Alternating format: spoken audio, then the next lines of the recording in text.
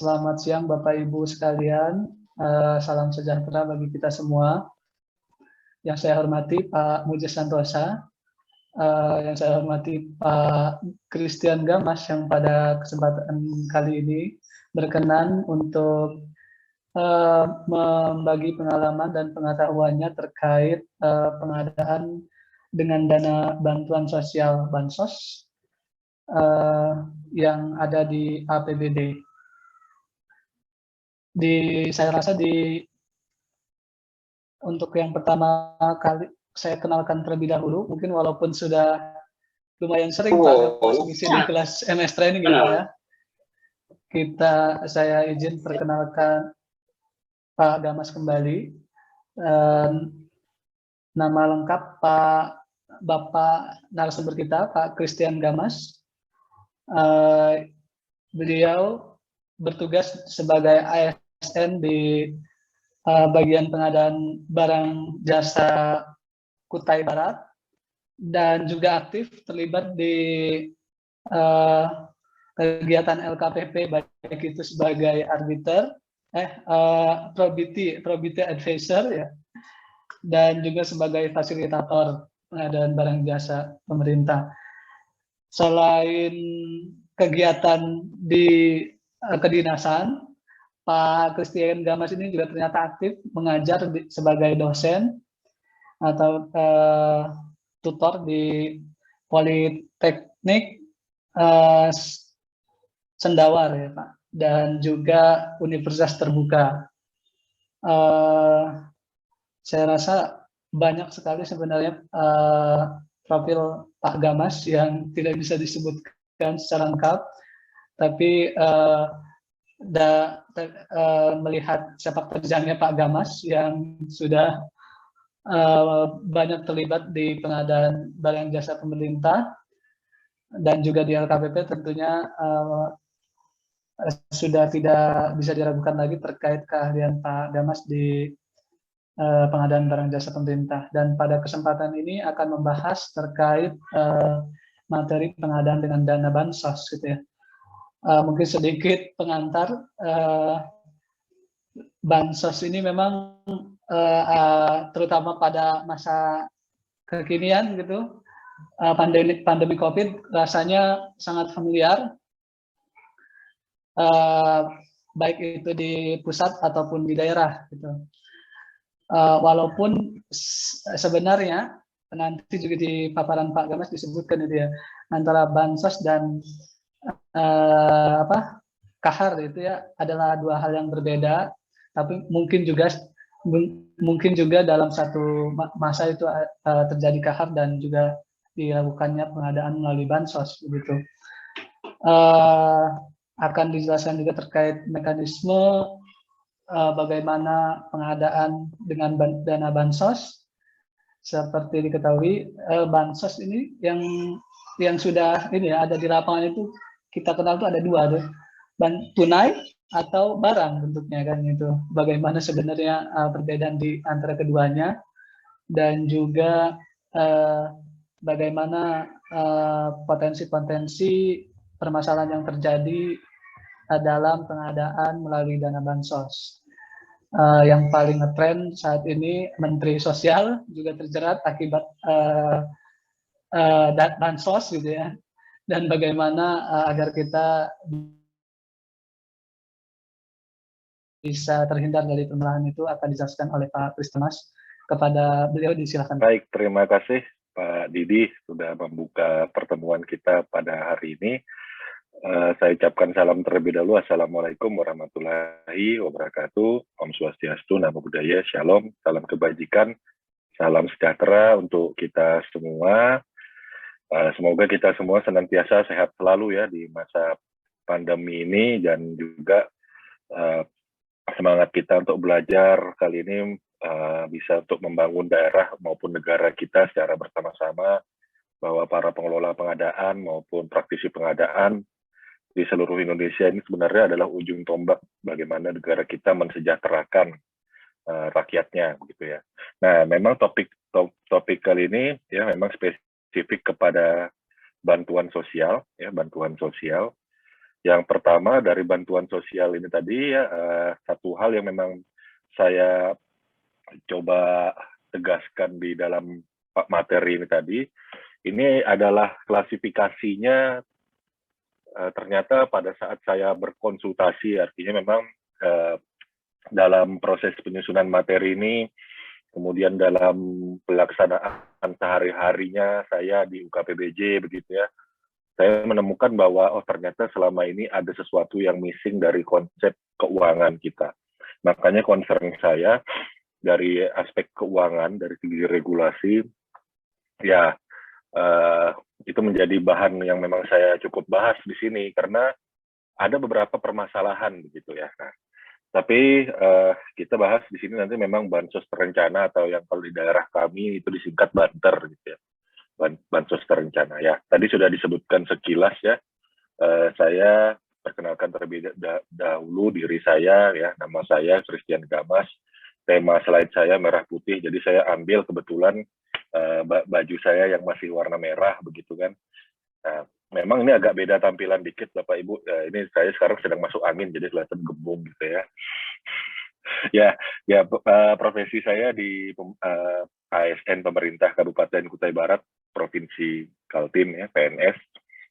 Di beberapa kesempatan karena bersahabat dengan Pak Muji kurang lebih sekitar tahun 2017-an atau 2016-an gitu, kenal Pak Muji, wah asik nih orangnya gitu kan. Waktu itu kalau nggak salah saya ikut pelatihan mitigasi risiko di Bali, IAPI Bali yang ngadakan, ikut follow sosmednya beliau, kemudian ikut baca blognya beliau, saya sedikit terinspirasi begitu kan. Jadi saya juga sedikit banyak mulai menulis begitu. Nah, kemudian juga karena ngikut sosmednya Pak Muji, ya, jadi ada tahu beberapa kegiatan-kegiatan yang dilaksanakan. Maka tadi ya seperti yang disampaikan Pak Didi, saya baru tahu tuh bahwa tahun 2017-an baru tahu tuh ada peluang dari LKPP ya untuk menjadi mitranya begitu ya. Ada Probity Advisor yang sekarang sudah membentuk. Dulu Probity Advisor terpisah dengan pendamping kontrak gitu. Saya duluan jadi Probity Advisor-nya, baru pendamping kontraknya. Nah, tapi sekarang udah dilebur.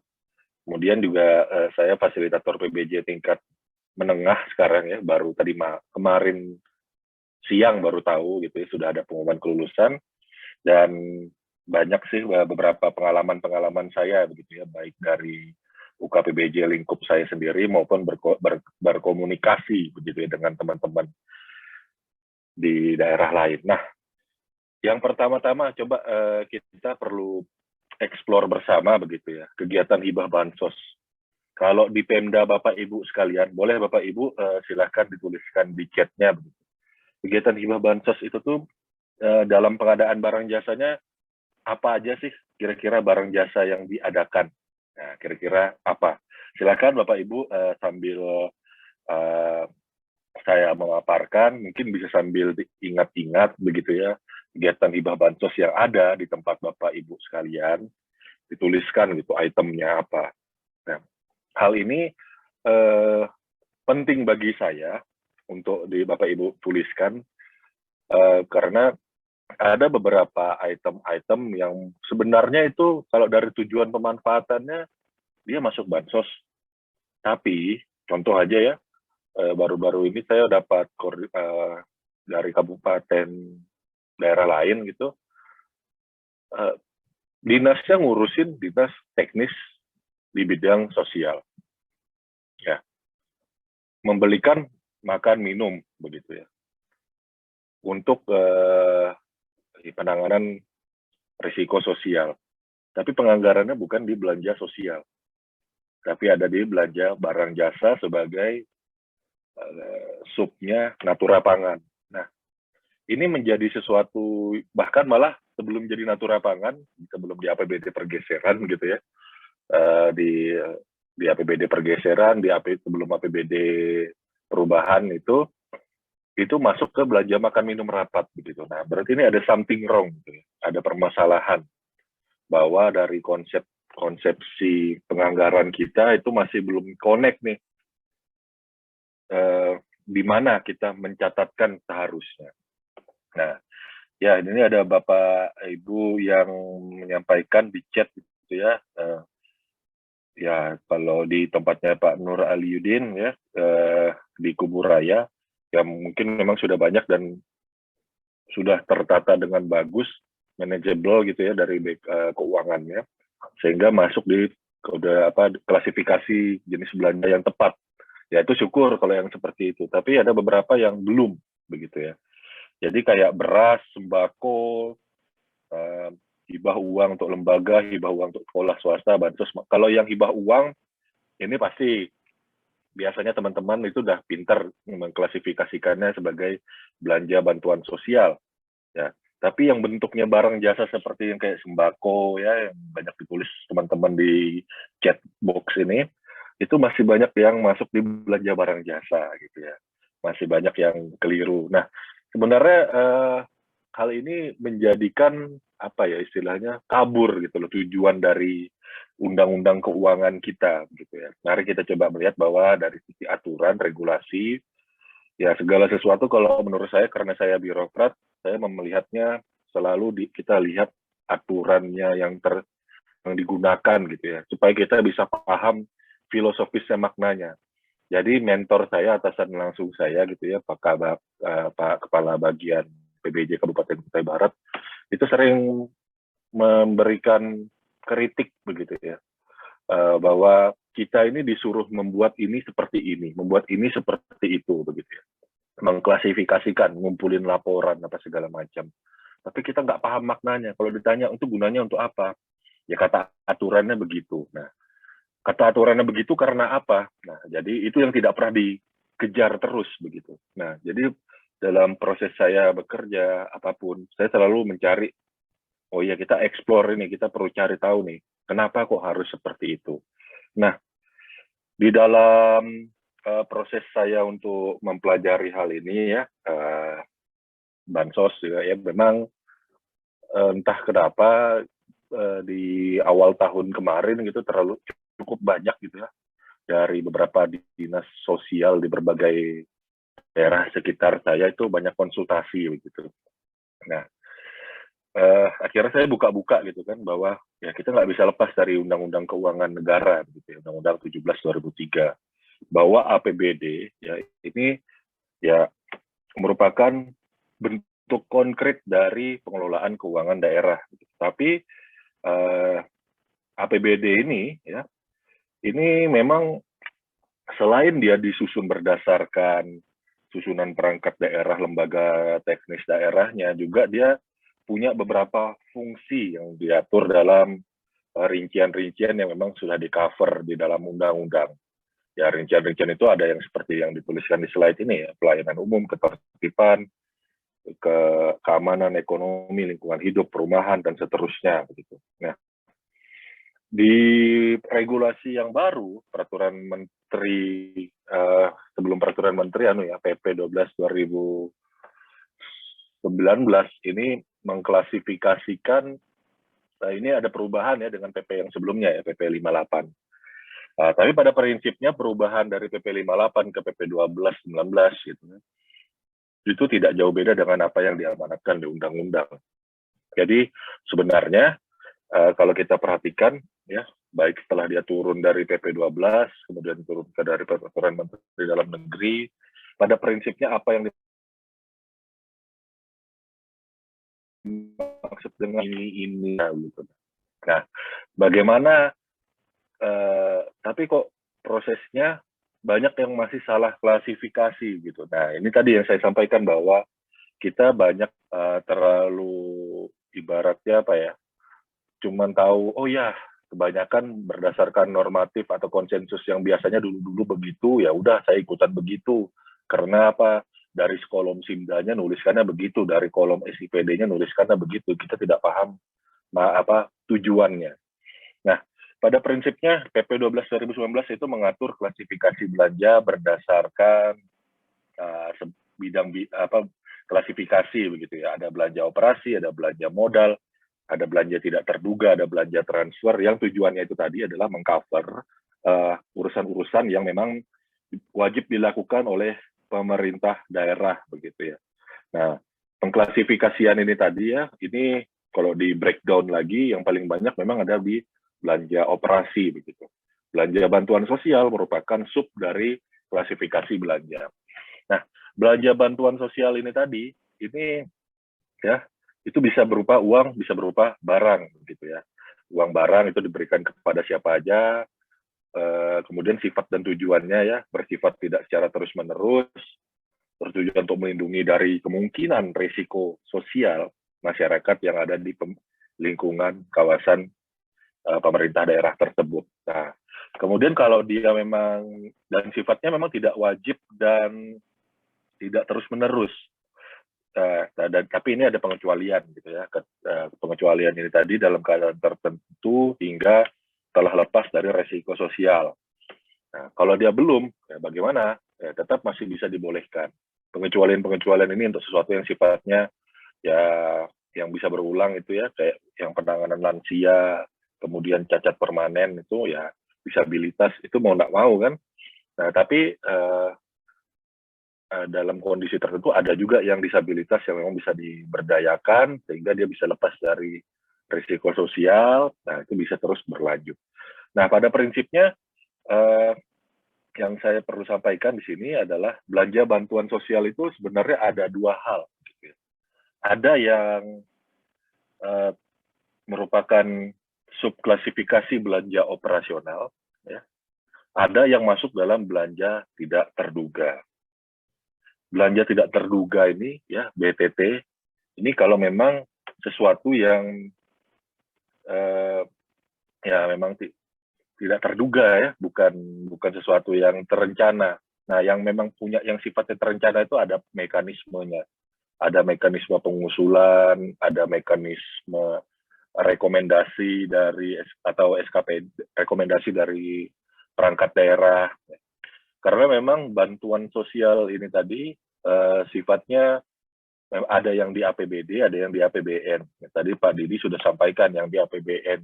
Makanya juga yang di APBN itu tadi sekarang sudah ada dua aplikasi punyanya Kementerian Sosial, ya, itu untuk mengelola bantuan sosial terencana. Begitu. Saya lupa apa ada next gen-nya itu saya lupa namanya. Mungkin Bapak Ibu ada yang kerja di dinas sosial di sini, mungkin bisa ketik di chat box ya, siapa tahu ada yang pernah tahu aplikasi dari APBN tersebut. Tapi pada prinsipnya bantuan sosial yang tidak terencana kita gunakan skema BTT, ya, yang tidak terencana. Contoh tadi kemarin kayak yang jaring pengaman sosial untuk pada masa pandemi agar bisa dipastikan ketika kita ada pembatasan gitu kan, waktu pas masih masa panik-paniknya kita tahun lalu. Nah, itu terjadi panic buying, ya, pembelian bahan makanan pokok secara berlebihan, kemudian juga pekerjaan-pekerjaan yang sektor informal itu banyak yang tidak diperbolehkan dilaksanakan, sehingga untuk mencegah hal-hal yang tidak diinginkan, maka dilakukan belanja bantuan sosial yang skemanya dengan keadaan darurat. Nah, itu menggunakan dana BTT. Nah, ini dalam kondisi yang tidak terencana. Nah, fokus kita yang kali ini adalah antisipasi risiko sosial yang memang terencana. Yang pembahasan hari ini yaitu banter ya, bantuan sosial yang terencana gitu ya. Nah, bagaimana nih ketika mau berbicara bantuan sosial yang terencana? Nah, di sini dijabarkan teknisnya di 77 daerah dengan daerah beserta dokumen pendukung berdasarkan RKA yang dibuat oleh Kepala SKPD dan sudah disempurnakan. Di sini dokumen pendukung ini termasuk dengan rancangan peraturan kepala daerah tentang penjabaran APBD. Di lampiran keempat rancangan perkada, peraturan kepala daerah, entah itu gubernur, bupati, atau wali kota, lampiran 4 itu tercantum bantuan sosial nama-namanya ya, yang untuk yang sudah terencana. Siapa pihak-pihak yang menjadi penerima di situ. Nah, jadi memang sifatnya belanja bantuan sosial yang terencana ini tadi itu sudah clear gitu. Siapa yang akan menerima, yang calon-calon menerima ini tadi. Maka dengan demikian diatur dalam peraturan turunan di peraturan ya PP2 turunan dari PP 12 2019 bahwa PA itu menyusun dokumen pemberian bantuan sosial. Itu tugasnya. Kemudian kewenangannya pengguna anggaran apa? Berwenang menandatangani dokumen pemberian bantuan sosial. Jadi ada tugas dan kewenangan terkait dengan pemberian bantuan sosial bersumber dari belanja operasi yang turun ke belanja bantuan sosial. Nah, bagaimana sih ketentuan dalam bantuan sosial ini tadi? Bapak Ibu yang saya hormati, belanja bantuan sosial ini tadi ya dianggarkan mirip seperti hibah, dianggarkan sesuai dengan kemampuan keuangan daerah. Tentunya hal-hal yang karena sifatnya tadi bansos dan hibah ini tidak wajib, tidak berkelanjut, tidak diberikan secara terus-menerus kecuali dalam keadaan tertentu. Maka karena sifat tidak wajibnya ini tadi, penganggarannya itu dilakukan setelah prioritas pemenuhan belanja urusan pemerintah wajib dan urusan pemerintahan pilihan terpenuhi. Kecuali memang ditentukan lain, sesuai dengan ketentuan peraturan perundang-undangan. Seperti yang di slide saya yang tampilkan ini kan, ada nih mbak-mbaknya, cakep ya, Bapak Ibu sekalian. Nah, ini kan mbak-mbaknya ini sampai harus jadi kuli bangunan. Tidak ada yang salah dengan kuli bangunan. Ganteng, cantik, boleh aja jadi kuli bangunan. Tidak ada yang salah dengan itu. Nah, kita, ya, saya misalkan ya, saya kan ya pengen, ya, anggaplah saya ini masih bujangan begitu ya. Ya, pengen kan menarik perhatian si gadis yang ngangkut batu bata ini tadi. Supaya dia ya sudahlah jadi ibu dari anak-anakku saja sehingga tidak perlu jadi kuli bangunan gitu. Tapi ternyata saya posisinya kebutuhan dasar saya saja tidak bisa saya penuhi. Misalkan saya masih belum punya pekerjaan. Misalkan saya juga masih ya ibarat kata urusan-urusan kebutuhan mendasar saya itu saya masih sulit untuk memenuhinya. Makan itu mungkin bukan 3 kali sehari tapi 3 hari sekali gitu ya. Nah, misalkan. Nah, dalam kondisi seperti itu saya boro-boro mau memikat hati mbaknya ini tadi ya, yang bantu diri sendiri saja saya tidak bisa begitu. Nah, jadi prinsipnya seperti itu ya. Pemerintah daerah ya penuhi dulu dong basic need-nya, kebutuhannya. Nah, jadi itu tadi ya. Nah, kalau dia sudah terpenuhi basic need-nya gitu ya, ya tujuan bansos itu ya tidak boleh dilupakan ya, melindungi dari kemungkinan terjadinya risiko sosial, tidak terus-menerus, penerimanya itu tadi juga individu-individu, keluarga, kelompok dan atau masyarakat yang memang berada dalam posisi risiko sosial gitu. Nah, posisi risiko sosial ini memang rentan, makanya memang tadi main concern-nya untuk transparansi dan akuntabilitas, bahkan tadi Pak Didi sudah menyebutkan ada oknum ya yang memanfaatkan posisi ini untuk kepentingan diri sendiri. Nah, memang jadi ini menjadi sesuatu yang perlu diperhatikan. Makanya dana dengan hibah bansos ini menjadi sesuatu yang perlu dikelola dengan baik dan tertib begitu ya. Oke, saya poin berikutnya adalah risiko sosial ini tadi apa sih dari tadi Pak Kris ngomong risiko sosial. Saya lebih fokus kepada mbaknya tuh. Ya, risiko sosial saya jelaskan bahwa ini adalah kejadian atau peristiwa yang merupakan dampak dari krisis sosial. Bisa selain krisis sosial, bisa krisis ekonomi, krisis politik, fenomena alam atau bencana alam yang jika tidak diberikan itu akan semakin terpuruk dan tidak dapat hidup dalam kondisi wajar. Artinya apa? Di sini filosofisnya dari kenapa belanja di sosial ini tadi ya, belanja bantuan sosial ini penting, bahkan diatur sampai di undang-undang. Ini mengamanatkan negara hadir ketika masyarakatnya itu dalam kondisi yang tidak sedang baik-baik saja, ya. Nah, jadi risiko sosial di negara kita yang luas ini tadi 34 provinsi ya, dengan ratusan kabupaten kota yang ada di bawahnya itu, dan dalam kondisi kita negara kepulauan yang juga penuh dengan kemajemukan dan hal-hal lain, risiko sosial sangat mungkin saja terjadi bukan hanya dari fenomena alam, ya, tapi dari hal-hal terkait dengan sosial, ekonomi, politik. Ini bisa muncul risiko sosial tersebut. Ya, mari kita perhatikan ada dua jenis risiko sosial, yang itu yang pertama terencana, kemudian tidak dapat direncanakan. Nah, kita sisihkan terlebih dahulu yang tidak dapat direncanakan, gitu ya Bapak Ibu, saya hormati, bahwa yang tidak dapat direncanakan ini tadi, ini sesuatu yang memang sifatnya itu BTT banget, ya. Yang memang kalau Bapak Ibu kalau sudah ikuti webinar-webinar di Pak Muji Santosa Training and Consulting, beberapa teman-teman saya, ya, itu sudah menyampaikan ya, belanja darurat dengan menggunakan skema pengadaan khusus, pengadaan darurat bersumber dari BTT itu seperti apa. Nah, hal ini memang dalam kondisi yang tidak dapat direncanakan. Nah, sehingga apa? Karena tidak dapat direncanakan, maka penganggarannya sifatnya alokasi. Sifatnya alokasi dimasukkan dalam apa? Dalam klasifikasi belanja tidak terduga. Kalau tidak dieksekusi belanja tidak terduga ini, ya syukur, bagus. Tapi kalau kapan dia harus digunakan? Ketika menimbulkan risiko sosial yang lebih besar bagi masyarakat.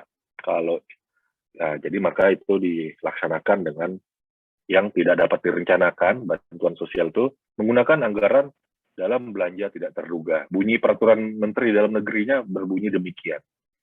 Nah, yang khusus dalam bantuan sosial itu wajib dialokasikan, ya, wajib dialokasikan Bapak Ibu. Dialokasikan kepada siapa? Ya tadi penerimanya ya, individu, keluarga, kelompok, dan atau masyarakat yang sudah jelas nama alamat penerimanya. Dan juga besarannya sudah harus diketahui karena terencana. Jadi akuntabilitasnya itu sudah harus dipegang pada saat perencanaan. Nah, kemudian ada lagi ya kondisinya. Kalau ada yang tadi berdasarkan usulan calon penerima, Pak, saya masyarakat Bapak gitu ya, dari seorang di wilayah kecamatan X, saya di kabupaten Bapak nih, saya mengusulkan ya. Ada lagi yang mekanisme lain itu bisa menggunakan usulan kepala SKPD yang memang bergerak di bidang tersebut begitu. Artinya kepala SKPD yang diberikan tugas oleh Bapak Gubernur, Bupati, Wali Kota ya melakukan sounding, nah siapa yang harus dibantu dan yang lain-lain. Nah itu mekanisme itu tadi bisa selain yang berdasarkan usulan calon penerima. Oke. Maka yang terencana ini tadi ya Bapak Ibu itu menjadi hal yang dibahas di webinar kali ini ya. Yang tidak dapat direncanakan ya poinnya dianggarkan dalam BTT menggunakan skema pengadaan khusus ya. Kalau di PBJ-nya kriteria penanganan keadaan darurat, dan dari slide show saya itu Bapak Ibu bisa klik ya, ada beberapa sudah saya rangkum kalau yang tidak terencana. Nah, yang terencana memang baru kita bahas ya di sini. Oke, Bapak Ibu, prinsip dari kriteria penerima bantuan sosial itu jelas selektif. Jadi jangan sampai ada yang double terima. Makanya kadang beberapa meme di media sosial gitu ya, bahwa yang menerima sampai seperti ini gitu cara penyalurannya, menerima bantuan sosial itu ditempelin stiker gitu ya. Nah, supaya memang tidak terjadi sesuatu yang memang tidak seharusnya menerima, tapi menerima juga. Ya kita tidak bisa pungkiri lah, sudah nalurinya manusia sebagai makhluk ekonomi itu mencari sesuatu yang bisa dapat termurah, gratis, itu kan terjadi. Jadi pasti ada oknum-oknum seperti itu. Contoh saja subsidi BBM ya. Mobilnya ada 5 di rumah, tapi ngisinya yang BBM bersubsidi. Itu kan terjadi begitu. Jadi kita tidak bisa nutup mata bahwa walaupun ada kriteria selektif, tapi perlu ada pengetatan di sini karena ya namanya manusiawi lah pada prinsipnya. Sehingga perlu diatur persyaratan penerima bantuan gitu ya. Maka jelas dia harus punya identitas kependudukan yang sesuai dengan peraturan perundang-undangan yang berlaku dan wajib sesuai dengan tujuan penggunaan pemberian bantuan sosial. Nah, bantuan sosial yang direncanakan atau terencana, kalau kawan saya dari Kabupaten Kutai Kartanegara, waktu pas kita ngobrol-ngobrol soal ini, dia nyebutnya ini banter gitu ya. Jadi saya ikut-ikutan aja bantuan sosial yang terencana. Ya, prosesnya Bapak Ibu ya, pada prinsipnya calon penerima bansos atau kepala organisasi perangkat daerah itu melakukan usulan tertulis. Nah, jadi masyarakat yang memang dalam posisi yang memenuhi kriteria itu bisa melakukan usulan tertulis. Demikian juga perangkat daerah yang memang sudah melakukan sounding terhadap kelayakan penerima bantuan sosial itu juga melakukan usulan tertulis. Kepada siapa? Kepada kepala daerah, gubernur, bupati, wali kota, sesuai dengan lingkup tugas dan lingkup kedaerahannya masing-masing.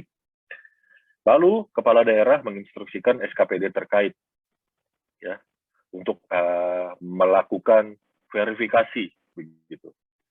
SKPD terkait mengeluarkan rekomendasi, kemudian tim anggaran pemerintah daerah mengeluarkan pertimbangan. Rekomendasi dan pertimbangan ini tadi ya beserta dengan concern dari TAPD itu dikulminatifkan di rencana kerja pemerintah daerah. Nah, baru masuk ke dalam KUA PPAS.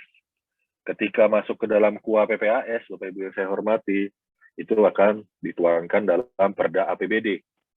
Ketika masuk dalam Perda APBD, nanti kan akan muncul peraturan kepala daerah untuk penjabaran. Di lampiran 4, itu sudah harus tercantum nih, penerima-penerima bansos itu tadi. Lalu detail penerima bansos itu tadi diturunkan dalam keputusan kepala daerah.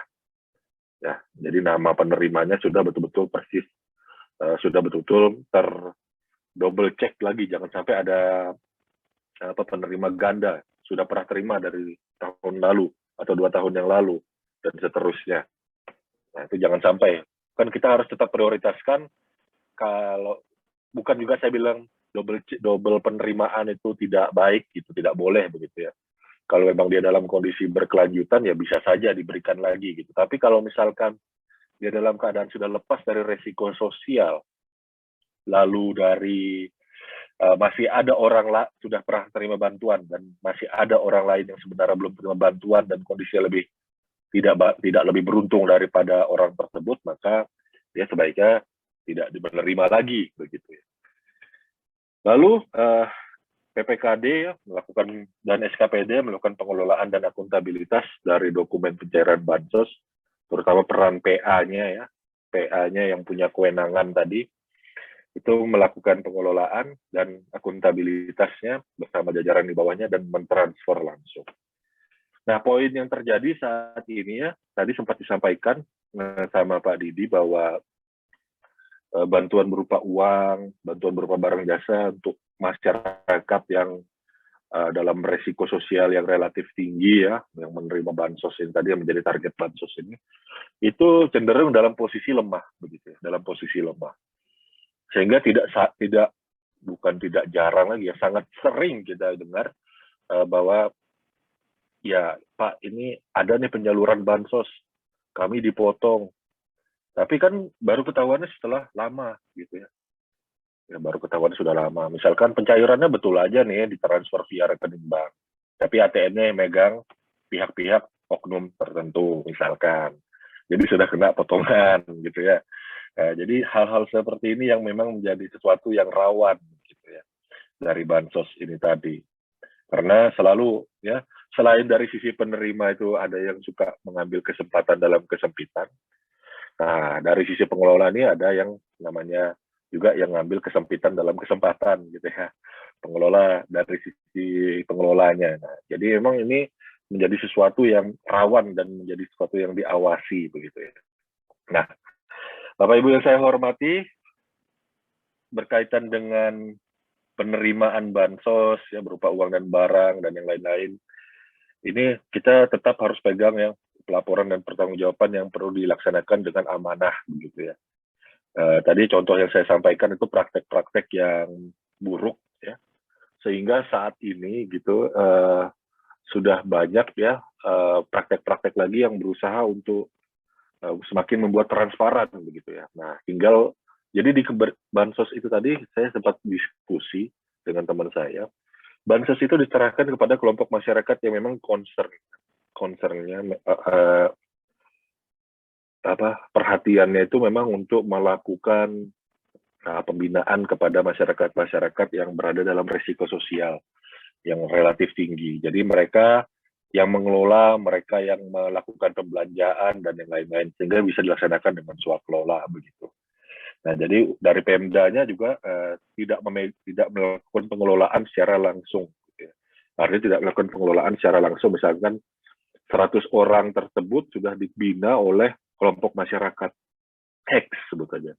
Nah, jadi dia hanya berhubungan PPTK dan PA ini hanya berhubungan dengan Pokmas X ini. Tidak lagi melaksanakan pencairannya kepada 100 orang lagi karena 100 orang itu tadi sudah ada di bawah Pokmas X begitu ya. Nah, itu bentuk strategi gitu ya. Nah, tapi pada prinsipnya akuntabilitas tetap harus dijaga. Jadi Pemda ini tetap ya harus membuat dokumen usulan calon ya, kemudian daftar penerima bansos yang terverifikasi, fakta integritas penerima bansos, bukti transfer uang, atau kalau dia barang jasa, dia berita acara serah terima bansos. Nah, penerima, makanya tadi lebih sering digunakan sekarang yang skema swakelola seperti tadi itu, atau berupa transfer uang kepada kelompok masyarakat tadi, karena daripada 100 orang itu membuat laporan penggunaan bansos, lebih baik satu orang yang membina 100 orang tadi itu melakukan penggunaan melakukan pengelolaannya. Gitu. Nah, ini ada laporan penggunaan bansos, surat pernyataan tanggung jawab penggunaan bansos, kemudian bukti pengeluaran yang lengkap dan sah. Itu sebagai sesuatu yang perlu diperhatikan. Oke. Jadi, detail dalam pelaksanaan banter pada Pemda ini ya, APBD ini wajib mampu ya. Kembali saya ulangi, ya setelah prioritasnya terpenuhi ya kemudian dalam melakukan seleksi ya, selektif, perhatikan asas keadilan, kepatutan. Kepatutan ini yang paling banyak jadi meme ya. Jadi ada yang punya rumah beton, lantai 2, tapi masuk dalam penerima bansos begitu ya. Nah, itu ada beberapa meme yang beredar di sosmed. Nah, ini menjadi sesuatu yang tidak patut sebenarnya. Jadi ada yang tetangganya mungkin ya yang motoin gitu kan, kok ini terima bansos gitu kan, karena ditempel stiker gitu ya. Ya, rasionalitas dan manfaat untuk masyarakat begitu. Ya. Nah, kemudian tadi ya diberikan pada anggota atau kelompok masyarakat, ya. Anggota masyarakat, kelompok masyarakat. Tadi yang kalau kelompok masyarakat tadi skemanya ya Pokmas yang memang concern di situ ya, dia bisa melakukan skemanya swakelola tipe 4. Jadi dia yang melakukan persiapan, pelaksanaan dan pengawasan ya, di situ di Pokmas itu. Jadi si Pemda ini tadi PA dan PPTK-nya hanya mentransfer uang hibah bansos ya. Ada juga yang pakai ke anggota masyarakat langsung, cuman kebanyakan kalau yang ke anggota masyarakat langsung ini memang nanti dia pelaksanaannya berjenjang ya sampai ke pemerintah desa atau kelurahan yang dilibatkan begitu ya. Tapi biasanya dalam bentuk barang Bapak Ibu. Jarang sekali saya perhatikan saat ini yang pakai uang, karena itu tadi ya ada kemungkinan penyelewengan tersebut begitu ya, itu bisa terjadi ya. Jadi selektif tadi ya, hanya diberikan kepada calon penerima yang ditujukan untuk melindungi dari kemungkinan resiko sosial, kemudian memenuhi persyaratan penerima bantuan, itu dibuktikan dengan memiliki identitas yang jelas, terverifikasi berdomisili di daerah Pemda yang memiliki anggaran bansos tersebut. Jadi jangan masyarakat di Kabupaten Kutai Barat misalkan ya terima ada penganggaran bansos yang terima malah di Kota Samarinda gitu masyarakatnya. Nah itu tidak memenuhi persyaratan gitu ya. Kemudian tadi sifatnya sementara ya, tidak wajib, tidak harus diberikan setiap tahun anggaran kecuali dalam keadaan tertentu yang mengharuskan pemberian secara berkelanjutan. Kemudian ya sesuai dengan tujuan pemberian bansos ada rehabilitasi sosial ya. Ya itu maksudnya rehabilitasi kan ini memulihkan ya, mengembangkan kemampuan seseorang yang mengalami disfungsi. Jadi ada tidak berfungsinya lagi kemampuan sosialnya dia begitu ya. Nah, bantuan ini tadi sifatnya rehabilitatif sehingga setelah diberikan bantuan harapannya itu dia dapat penerima dapat melaksanakan fungsi sosialnya secara wajar kembali. Kemudian ada yang sifatnya pemberdayaan sosial. Ya, yang ini ketika dia menjadikan memang tujuannya menjadikan seseorang atau pokmas yang mengalami masalah sosial kemudian dia bisa mempunyai kemampuan atau daya hingga mampu memenuhi kebutuhan dasarnya. Lalu jaminan sosial ya menghadirkan skema yang melembaga.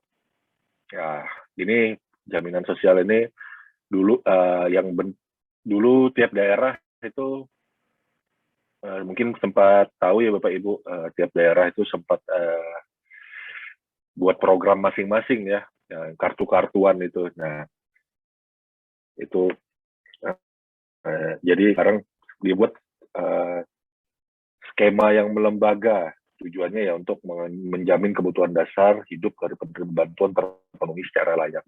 Nah, di sini fungsi penganggaran bansos yang sifatnya jaminan sosial. Di Pemda itu juga ada belanja-belanjanya yang memang dialokasikan ya dalam belanja bansos untuk membayar BPJS-nya gitu ya. Nah, itu salah satu bentuknya. Kemudian ya Bapak Ibu, ya ini bentuk-bentuknya ya. Oh ya, tadi sebelumnya saya hampir penanggulangan kemiskinan ya. Ya supaya dia bisa punya mata pencaharian. Ya, kemudian penanggulangan bencana. Nah, ini berbentuk serangkaian upaya yang ditujukan untuk ya pemulihan gitu ya. Nah, ini yang BTT tadi ya, lebih ke arah yang BTT tadi. Oke, baik Bapak Ibu yang saya hormati, ini bentuk bantuan sosial di APBD ya. Ada beberapa banyak, mungkin teman-teman sudah ada yang sudah melakukan di sini ya. Saya perhatikan tadi ada yang menyebutkan nelayan ya, tadi perahu nelayan ya. Perahu nelayan ini tadi Pak Ridwan ya, perahu nelayan di chatbox sebutkan. Jadi perahu nelayan ini tadi untuk nelayan miskin ya, nelayan miskin. Kalau nelayan yang yang sudah amat sejahtera dia tidak perlu, itu sudah tidak sesuai dengan prinsip pemberdayaan penanggulangan kemiskinan ya, jadi tidak sesuai ya.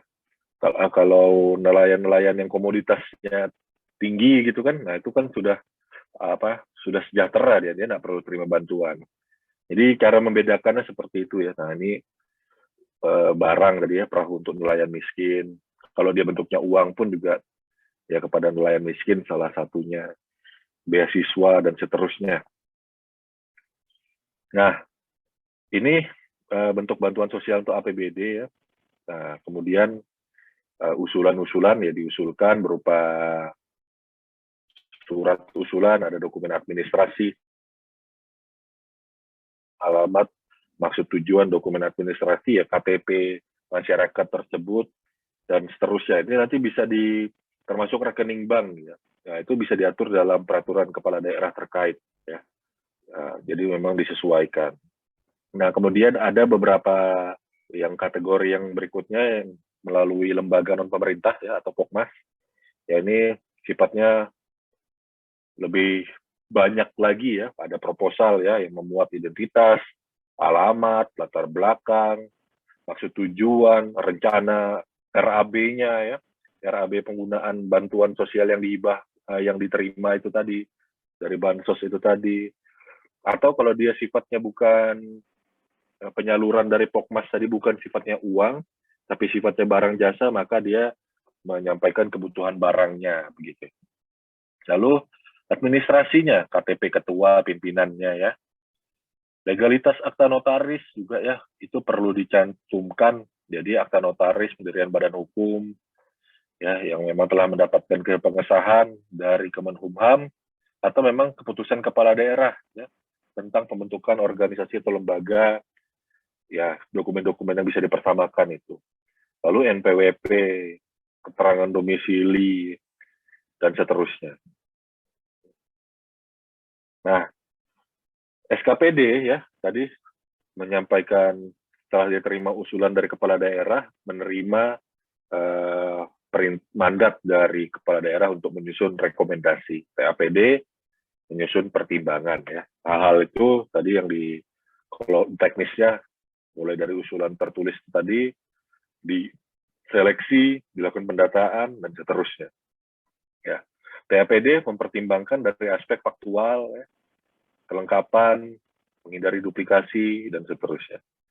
Ya, jadi ini perlu dicantumkan karena dia terencana, bantuan sosial terencana sifatnya, maka dia masuk dalam RKA SKPD pada saat perencanaan anggaran. Ketika itu nanti clear, ya, sudah dipastikan ya, masuk dalam program, kegiatan, subkegiatan, masuk dalam kelompok belanja operasi, jenis belanjanya bantuan sosial, objek belanja bantuan sosial tadi direncanakan, itu ada rincian objek, ada subrincian objek, ya, itu masuk disahkan dalam bentuk DPA SKPD. Nah, concern saya sekarang ini tadi yang saya sampaikan di awal, banyak yang sebenarnya belanja bantuan sosial dimasukkan dalam belanja barang jasa. Nah, ini menjadi sesuatu yang kurang baik sebenarnya begini. Bapak Ibu, belanja barang jasa itu tadi, ya walaupun tidak semuanya masuk dalam belanja modal, karena belanja modal itu belanja yang terpisah lagi, tapi belanja sosial, belanja barang jasa itu kan masuk dalam belanja operasional. Belanja barang jasa itu tadi, barang jasa yang sifatnya final, tapi digunakan untuk masyarakat secara umum. Nah, padahal adanya rekening, adanya klasifikasi belanja sosial tadi kan untuk memastikan bahwa ini setelah adanya terpenuhi kebutuhan barang jasanya, dia mengalokasikan untuk keberpihakan pada masyarakatnya. Nah, itu bisa salah klasifikasi ini seolah-olah ya, karena mungkin ya banyak yang salah masuk gitu ya, beda kamar, jadi seolah-olah kayaknya belanja sosialnya sedikit. Nah, itu bisa menimbulkan kegaduhan ya, atau kekurangan kondusif dalam sebuah daerah. Kemudian juga ya penilaian kepada pusat juga menjadi kurang baik juga begitu ya. Karena dari sistem melihatnya, wah ini kok dia cuma mementingkan belanja operasional aja, apalagi tadi ya seperti saya sampaikan di awal, belanja kebutuhan barang jasa yang sifatnya sembako apa segala macam dianggarkan sebagai makan minum rapat gitu ya. Nah, tuh ya syukur-syukur nih kemarin karena ngobrol saya sempat bilang itu harusnya masuk dalam natura pangan tuh, belanja sosial loh, kami masukkan di belanja barang jasa nih masih gitu ya. Nah, ini kejadian seperti ini gitu ya, yang perlu kita minimalisir gitu. Nah, kemudian tadi ya detil-detil penganggaran itu tadi tercantum dalam Perda Penjabaran lampiran 4, lalu dilaksanakan oleh perangkat daerah. Nah, terus ada ya mekanisme pencairan bansos ya. Oke. Pembayaran ya harus SPP LS ya. Dan ini sangat penting kita mengatur formatnya dalam peraturan kepala daerah. Karena tiap daerah yang tahu detil dan kondisi masyarakatnya adalah peraturan kepala daerah. Saya menggarisbawahi tentang peraturan kepala daerah ini penting karena jangan sampai begini nih, kan kalau udah peraturan pemerintah atau peraturan Menteri Dalam Negeri itu lebih banyak memberikan fleksibilitas, gitu ya, fleksibilitas. Jangan sampai tidak diatur kebijakannya, terus langsung dia melarang begitu ya. Nah, jadi kalau ada sesuatu yang sifatnya larangan mengenai kriteria, segala sesuatu misalkan yang tidak boleh, misalkan mau diatur penerima bansos untuk yang lansia, itu standarnya usia berapa sampai berapa, nah, besarannya berapa persen yang bisa diberikan. Nah, sebaiknya hal-hal tersebut itu diatur kebijakan, sifatnya kebijakan ya, itu diatur dalam peraturan kepala daerah. Ya, kita nggak bisa nyamaratakan, Bapak Ibu. Saya hormati bahwa orang-orang yang sudah lansia disuruh buat pernyataan usulan tertulis gitu. Ya kesulitan lah, ya.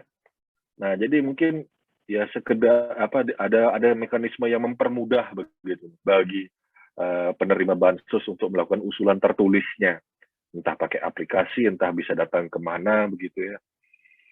Nah, bagaimana dengan telah teranggarkan? Ya kalau memang sudah teranggarkan, maka ini clear sudah nih, identifikasi kebutuhan, identifikasi pengadaan itu sudah jadi ketika muncul DPA, SKPD, bansos itu sudah jadi. Kalau kita berasumsi semua proses tadi sudah dijalankan. Sehingga nanti prosesnya pelaku pengadaan itu tinggal melaksanakan sesuai dengan Perpres PBJ. Ya kalau untuk Perpres PBJ-nya ini cuma reminder kecil-kecilan aja ya. Ini saya kutip persis sama plek dengan materi PBJ tingkat dasar gitu ya. Ya ini ada siapa yang melaksanakan dan seterusnya, ada berapa jenisnya barang, jasa konsultansi, pekerjaan konstruksi, jasa lainnya, bisa dilaksanakan dengan cara swakelola atau penyedia, tinggal kita pilih optimasinya mana yang paling baik gitu ya.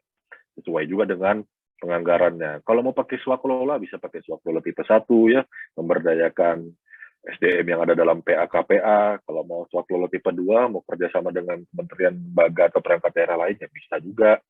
Tipe 3 dengan ormas, tipe 4 sepenuhnya diberikan kepada Pokmas, itu bisa sekali. Jadi tapi ya disesuaikan ya dengan karakteristik apa yang akan dibansoskan begitu ya.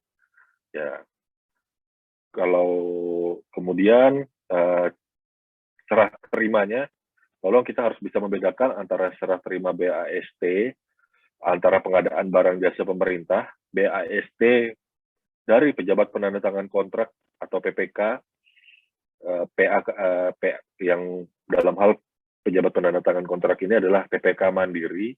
Setelah selesai melaksanakan kontrak swakelola, maka dia menyerahkan kepada PA-KPA.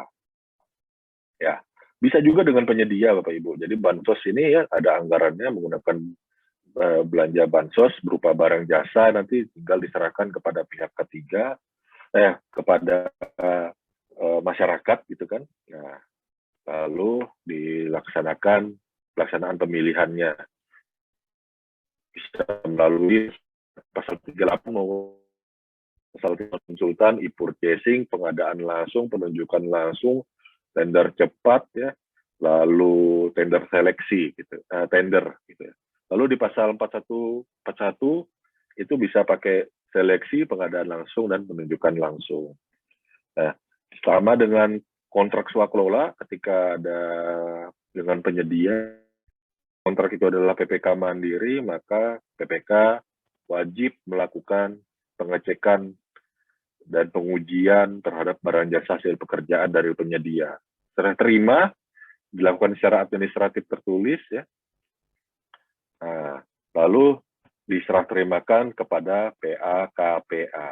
Oke. Nah, bagaimana setelah proses pengadaan ini selesai, baik dia kontrak swakelola maupun dia kontrak pengadaan barang jasa pemerintah, ya ini kita harus bisa bedakan antara BAST PBJ ya, pengadaan dengan dari PPK. Pertama-tama kontrak penyedia atau kontrak swakelola selesai 100%, kita terima dulu nih barang jasanya. PPK yang pejabat penanda kontrak itu tadi. Nah, tapi kan ingat, PPK yang pejabat penandatangan kontrak itu kan melaksanakan tugas yang diberikan dari siapa? Dari PA-KPA. Anggarannya dalam tanda petik ya merupakan kewenangan siapa? Anggarannya tetap kewenangan PA-KPA. maka kita perlu menyerahkan barang jasa tadi kepada PA-KPA. Ketika barang jasa statusnya dikuasai oleh statusnya ini kan dikuasai sebagai milik dikuasai oleh PA-KPA, tapi kan tujuannya dari belanja barang jasa untuk bansos ini tadi kan adalah untuk kebutuhan bantuan sosial. Nah, maka ketika di status yang ada tadi ya, barang jasa ini tadi dikuasai oleh PA-KPA, itu harus dinetralkan. Dengan apa? Ketika dilakukan penyerahan terima dari PA-KPA kepada penerima bantuan sosial, maka harus ada lagi berita acara serah terima bantuan sosial. Jadi kita harus bisa membedakan ya BAST, PA-KPA, PPK dengan penyedia, BAST, PPK dengan ketika ini dikuasai maka BAST, PA-KPA kepada penerima bansos. Makanya dalam Peraturan Menteri Dalam Negeri 77 tahun 2020 ini menjadi tugas dan kewenangan PA begitu. Nah, sehingga harus dikelola dokumennya dengan baik. Nah, memang jadi ada sedikit perbedaan kalau di pengadilan jasa barang jasa itu sifatnya final. Ya, jadi itu digunakan jadi aset Pemda untuk digunakan bersama-sama bagi kepentingan masyarakat. Nah, tapi kalau di sini final diterima ya barang jasa itu tadi, tapi peruntukannya kan bukan untuk jadikan asetnya instansi kementerian lembaga atau perangkat daerah PA-KPA itu tadi, tapi untuk diserahkan. Jadi harus ada pelepasan. Nah, demikian. Jadi serah terima ini tadi ya antara kepala SKPD atau unit SKPD kalau di KPA ya harus ada yang bermaterai cukup, fakta integritas dan lain-lain. Nah, kalau perlu memang diatur formatnya dalam peraturan kepala daerah.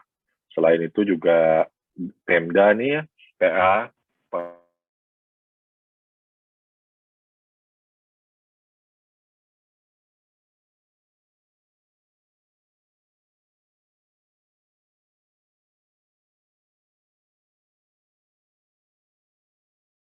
bansos telah diterima dan digunakan lengkap sesuai dengan peraturan perundang-undangan yang berlaku, dicantumkan dalam laporan keuangan. Nah, poinnya tadi masih terkait dengan kepenguasaan barang gitu. Nah, tadi kan barang jasa itu tadi dia laksanakan oleh penyedia. Nah, itu kalau diterima oleh PA-KPA dari PPK. Nah, belum sempat dibagikan, tapi tahun anggaran sudah berakhir. Nah, ini wajib dicatatkan persediaannya dalam neraca barang milik daerah. Ya. Jadi dia masuk dalam persediaan, sebagai persediaan. Oke, baik. Jadi itu yang bisa saya sampaikan. Ya. Memang banyak gambar-gambar pemanis. Ini untuk mengurangi kepahitan wajah saya, begitu ya. Karena kopi itu juga perlu ada pemanis-pemanisnya, Bapak Ibu. Jadi memang ini sengaja saya ngambil gambar yang bening-bening supaya kalau kita berbicara bantuan sosial itu jangan terlalu bawaannya prihatin, tapi juga membuat kita juga perhatian terhadap sesuatu yang karena yang memang perlu dikelola dengan baik begitu ya. Mungkin itu Mas Didi ya, kita bisa mungkin lanjut ke sesi berikutnya, waktu dan tempat saya kembalikan ke Pak Didi. Baik, makasih Cak Gamas. Luar biasa nih materi hari ini. Ya. Oke, siap Pak Muklis ya. Mas Didi ada gangguan jaringan nih, keluar masuk, okay. Tapi tidak bisa terkoneksi nih. Silakan Bapak Ibu kalau mau ada yang didiskusikan atau mau ada yang disampaikan atau ditanyakan, silakan diklik tombol raise hand. Nanti akan diberikan kesempatan untuk berdiskusi tentang kegiatan bansos ini. Ya, silakan Pak, langsung aja ya, Cak Gamas nih. Pak Beni, silakan Pak Beni bergabung. Ya, baik Pak. Ya. Terdengar jelas suara saya Pak? Jelas Pak, silakan. Ya, terima kasih atas kesempatannya. Jadi mungkin langsung saja Pak. Jadi begini Pak, yang ingin kami sharing dan mohon minta sharingnya atau penjelasannya terkait dengan mungkin ada kaitannya dengan bansos juga nih. Bagaimana kalau dengan dana pokir, Pak? Jadi dana pokir ini yang memang usulan dari anggota masing-masing anggota dewan ya, DPR itu dibebankan ke dalam anggaran Pemda dan dikelola oleh OPD atau instansi teknis. Nah, apakah ini termasuk dalam kriteria dana bansos atau hibah? Karena yang biasanya dianggarkan itu adalah dalam bentuk barang, Pak, biasanya. Nah, ini untuk dana pokir, Pak. Mungkin ada bisa sharing, Pak, terkait dengan hal ini. Kami juga belum paham apakah yang dimaksud dengan bansos atau hibah barang itu sendiri melalui dana pokir, Pak. Pokok-pokok pikiran atau dana aspirasi lah dulunya itu. Nah, seperti itu, Pak. Mohon penjelasan Pak Christian Gamas. Ya, terima kasih, Pak Gamas. Ya. Siap, Pak Beni. Ya. Pak Beni dari mana, Pak Beni? Saya dari Kabupaten Sumbawa, Pak. Kabupaten Sumbawa. Silakan nih, Cak Gamas terkait dengan pokir. Jadi begini ya, Bapak Ibu, jadi bansos ini tadi sudah sempat saya sampaikan bahwa bansos ini merupakan salah satu subklasifikasi dari belanja operasional. Nah, klasifikasi yang ada ini tadi ya, itu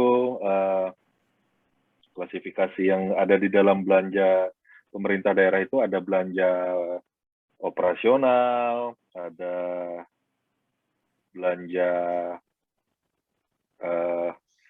apa namanya? Barang. Belanja operasi, belanja modal, belanja tidak terduga, belanja transfer gitu ya. Nah, yang dimaksud dengan pokir ini tadi kan itu adalah ya tadi Pak Beni sudah menyampaikan itu dulu dikenal sebagai aspirasi ya sebenarnya. Aspirasi, ya.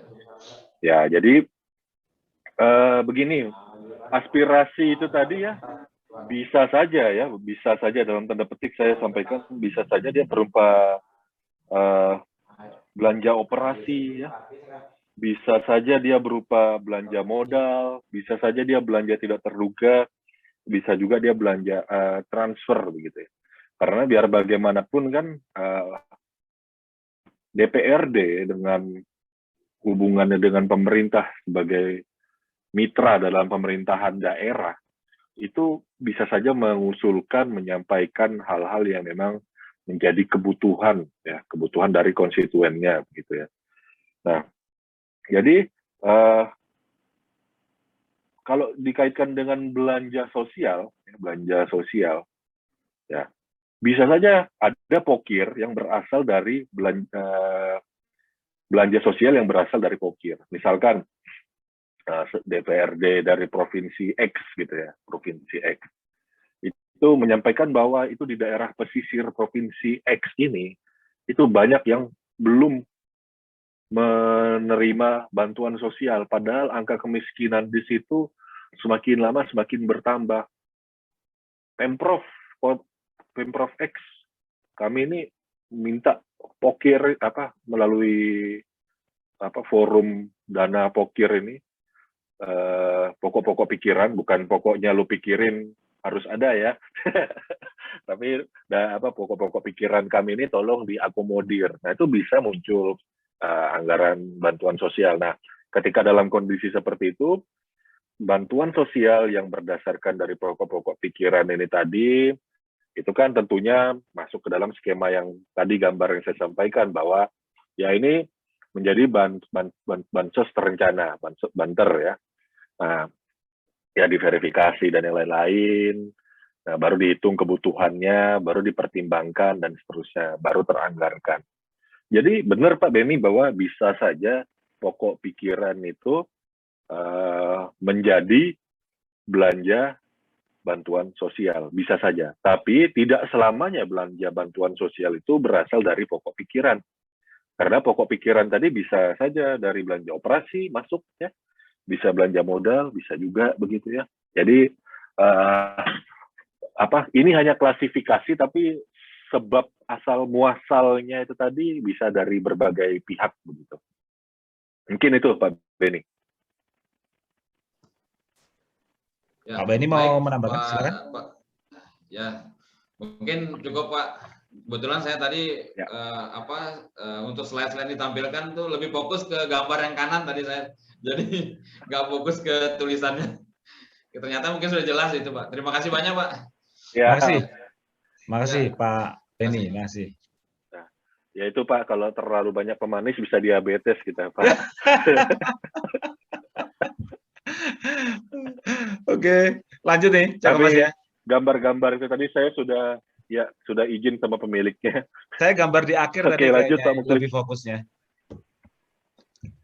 Gambar yang akhir tadi gitu cakep Mas fokusnya. Iya. Silakan Pak Muhammad Nasir dari Kota Pangkal Pinang nih ya. Silakan bergabung Pak. Silakan di-unmute Pak. Ya, silakan Baik Pak. Terima kasih. Kedengaran Pak? Jelas, silakan. Kedengaran Pak. Assalamualaikum warahmatullahi wabarakatuh. Selamat sore, salam sejahtera bagi kita semua yang kami hormati narasumber kita Pak Christian Gamas, Bapak Ibu peserta grup webinar ini, Zoom meeting ini, mudah-mudahan semua dalam keadaan sehat walafiat dan diberkahi Allah Subhanahu wa taala. Amin Allahumma amin. Izin Pak narasumber, Pak Christian, kami dalam hal ini ingin menyampaikan sedikit pengalaman Pak ya, pengalaman saya. Silakan, Pak. Terkait dengan pengadaan dana APBD ini, dana bansos ini Pak. Jadi kebetulan saya dulu di Dinas Badan Keuangan Daerah Pak, tepatnya dikasih penilaian penghapusan. Jadi kalau kita bicara hibah ini Pak, hibahnya ada dua Pak, hibah uang dan hibah barang. Kalau di daerah itu Pak, itu memang mengacunya kepada Permendagri ya Pak ya. Betul. Permendagri dan peraturan pemerintah nomor 27 tahun 2014 atau sekarang sudah dirubah nomor 28 tahun 2020 Pak. Jadi kita tidak semata-mata langsung menghibahkan Pak. Harus ada panduannya, ada juknisnya. Nah terkait dengan materi kita kali ini Pak, Bapak bilang tadi kan hibah terencana, bantuan terencana, banter Pak ya, bantuan terencana, artinya sesuatu barang yang akan dihibahkan kepada orang lain yang itu sudah direncanakan Pak. Nah, dalam hal ini Pak, kami juga ingin, ya ini sekedar share saja Pak, maaf sekali lagi. Kalau kita ingin menghibahkan, contoh saya bicara barang Pak ya, bicara barang, memang banyak sih kegiatan-kegiatan di UPD ini, banyak bantuan Pak, barang Pak. Yang saya perhatikan karena saya berkecimpung dalam bidang aset, jadi banyak tentang barang yang sering dihibahkan dan bahkan selalu menjadi permasalahan. Apa masalahnya? Sering terjadi temuan BPK. Apa temuannya? Karena proses hibah atau bantuan barang itu tidak sesuai dengan juknis, tidak sesuai dengan aturan pemerintah. Maka dari itu harusnya setiap UPD yang akan membuat suatu kegiatan atau berupa hibah barang, hibah bentuk barang, harusnya kan penembakan direncanakan Pak ya, pasti itu direncanakan, kemudian dimusrembangkan, kemudian direka-akan, terbit DPA, baru dilaksanakan OPD. Nah, beda dengan belanja yang belanja hibah yang tidak terduga Pak ya, bansos yang tidak terduga, artinya dia rekening sendiri, artinya dia misalnya katakanlah Pemkot ini mendadakan 1 miliar, tapi kan tidak tahu siapa yang akan dibantu. Tidak kelihatan barang siapa. Artinya berdasarkan bantuan atau usulan-usulan dari masyarakat, lembaga, yayasan, atau pihak sekolah. Tetapi kalau untuk barang, memang harus direncanakan Pak. Kecuali memang hibah, maka kita harus merencanakannya itu di mana dulu Pak? Di kode rekeningnya. Kalau di penganggaran itu kan harus dibelanja hibah, harus dibelanja modal. Kalau di belanja hibah artinya rekening, kalau masih tidak salah 052 Pak. Belanja hibah artinya tidak perlu dimasukkan sebagai aset. Sudah selesai pelaksanaannya, boleh langsung diselesaikan BAST, yang penting ada BAST. Tapi kalau dia belanja modal 053 harus dicatatkan dulu sebagai aset, Pak. Tidak bisa langsung diserahkan. Betul, Pak. Jadi gini, Nah, Pak, maaf saya potong sebentar, Pak ya. Jadi ya, memang webinar ini kita khusus spesifik bicara bantuan sosial. Kalau hibah itu kita kurang lebih bulan lalu ya, itu sudah dibahas. Jadi tapi sepakat, Pak, apa yang Pak Muhammad Nasir sampaikan ini terkait dengan hibah ya, itu sudah 100% sama dengan apa yang saya sampaikan bulan lalu. Nah, mungkin ya jadi betul pencatatan asetnya itu luar biasa. Jadi memang kita kan harus mulai dulu dengan NPHD, ya kan, naskah perjanjian hibah pemerintah daerah dan yang seterusnya apa segala macam. Nah, mungkin poinnya adalah yang Bapak sampaikan ini sudah tepat begitu. Tapi memang kalau kita yang bantuan sosial ini sifatnya lebih sederhana. Jadi memang paling kalau dalam kondisi yang tadi karena kaitannya dengan penilaian dan penghapusan Bapak di BKAD ya berkaitan dengan barang milik daerah.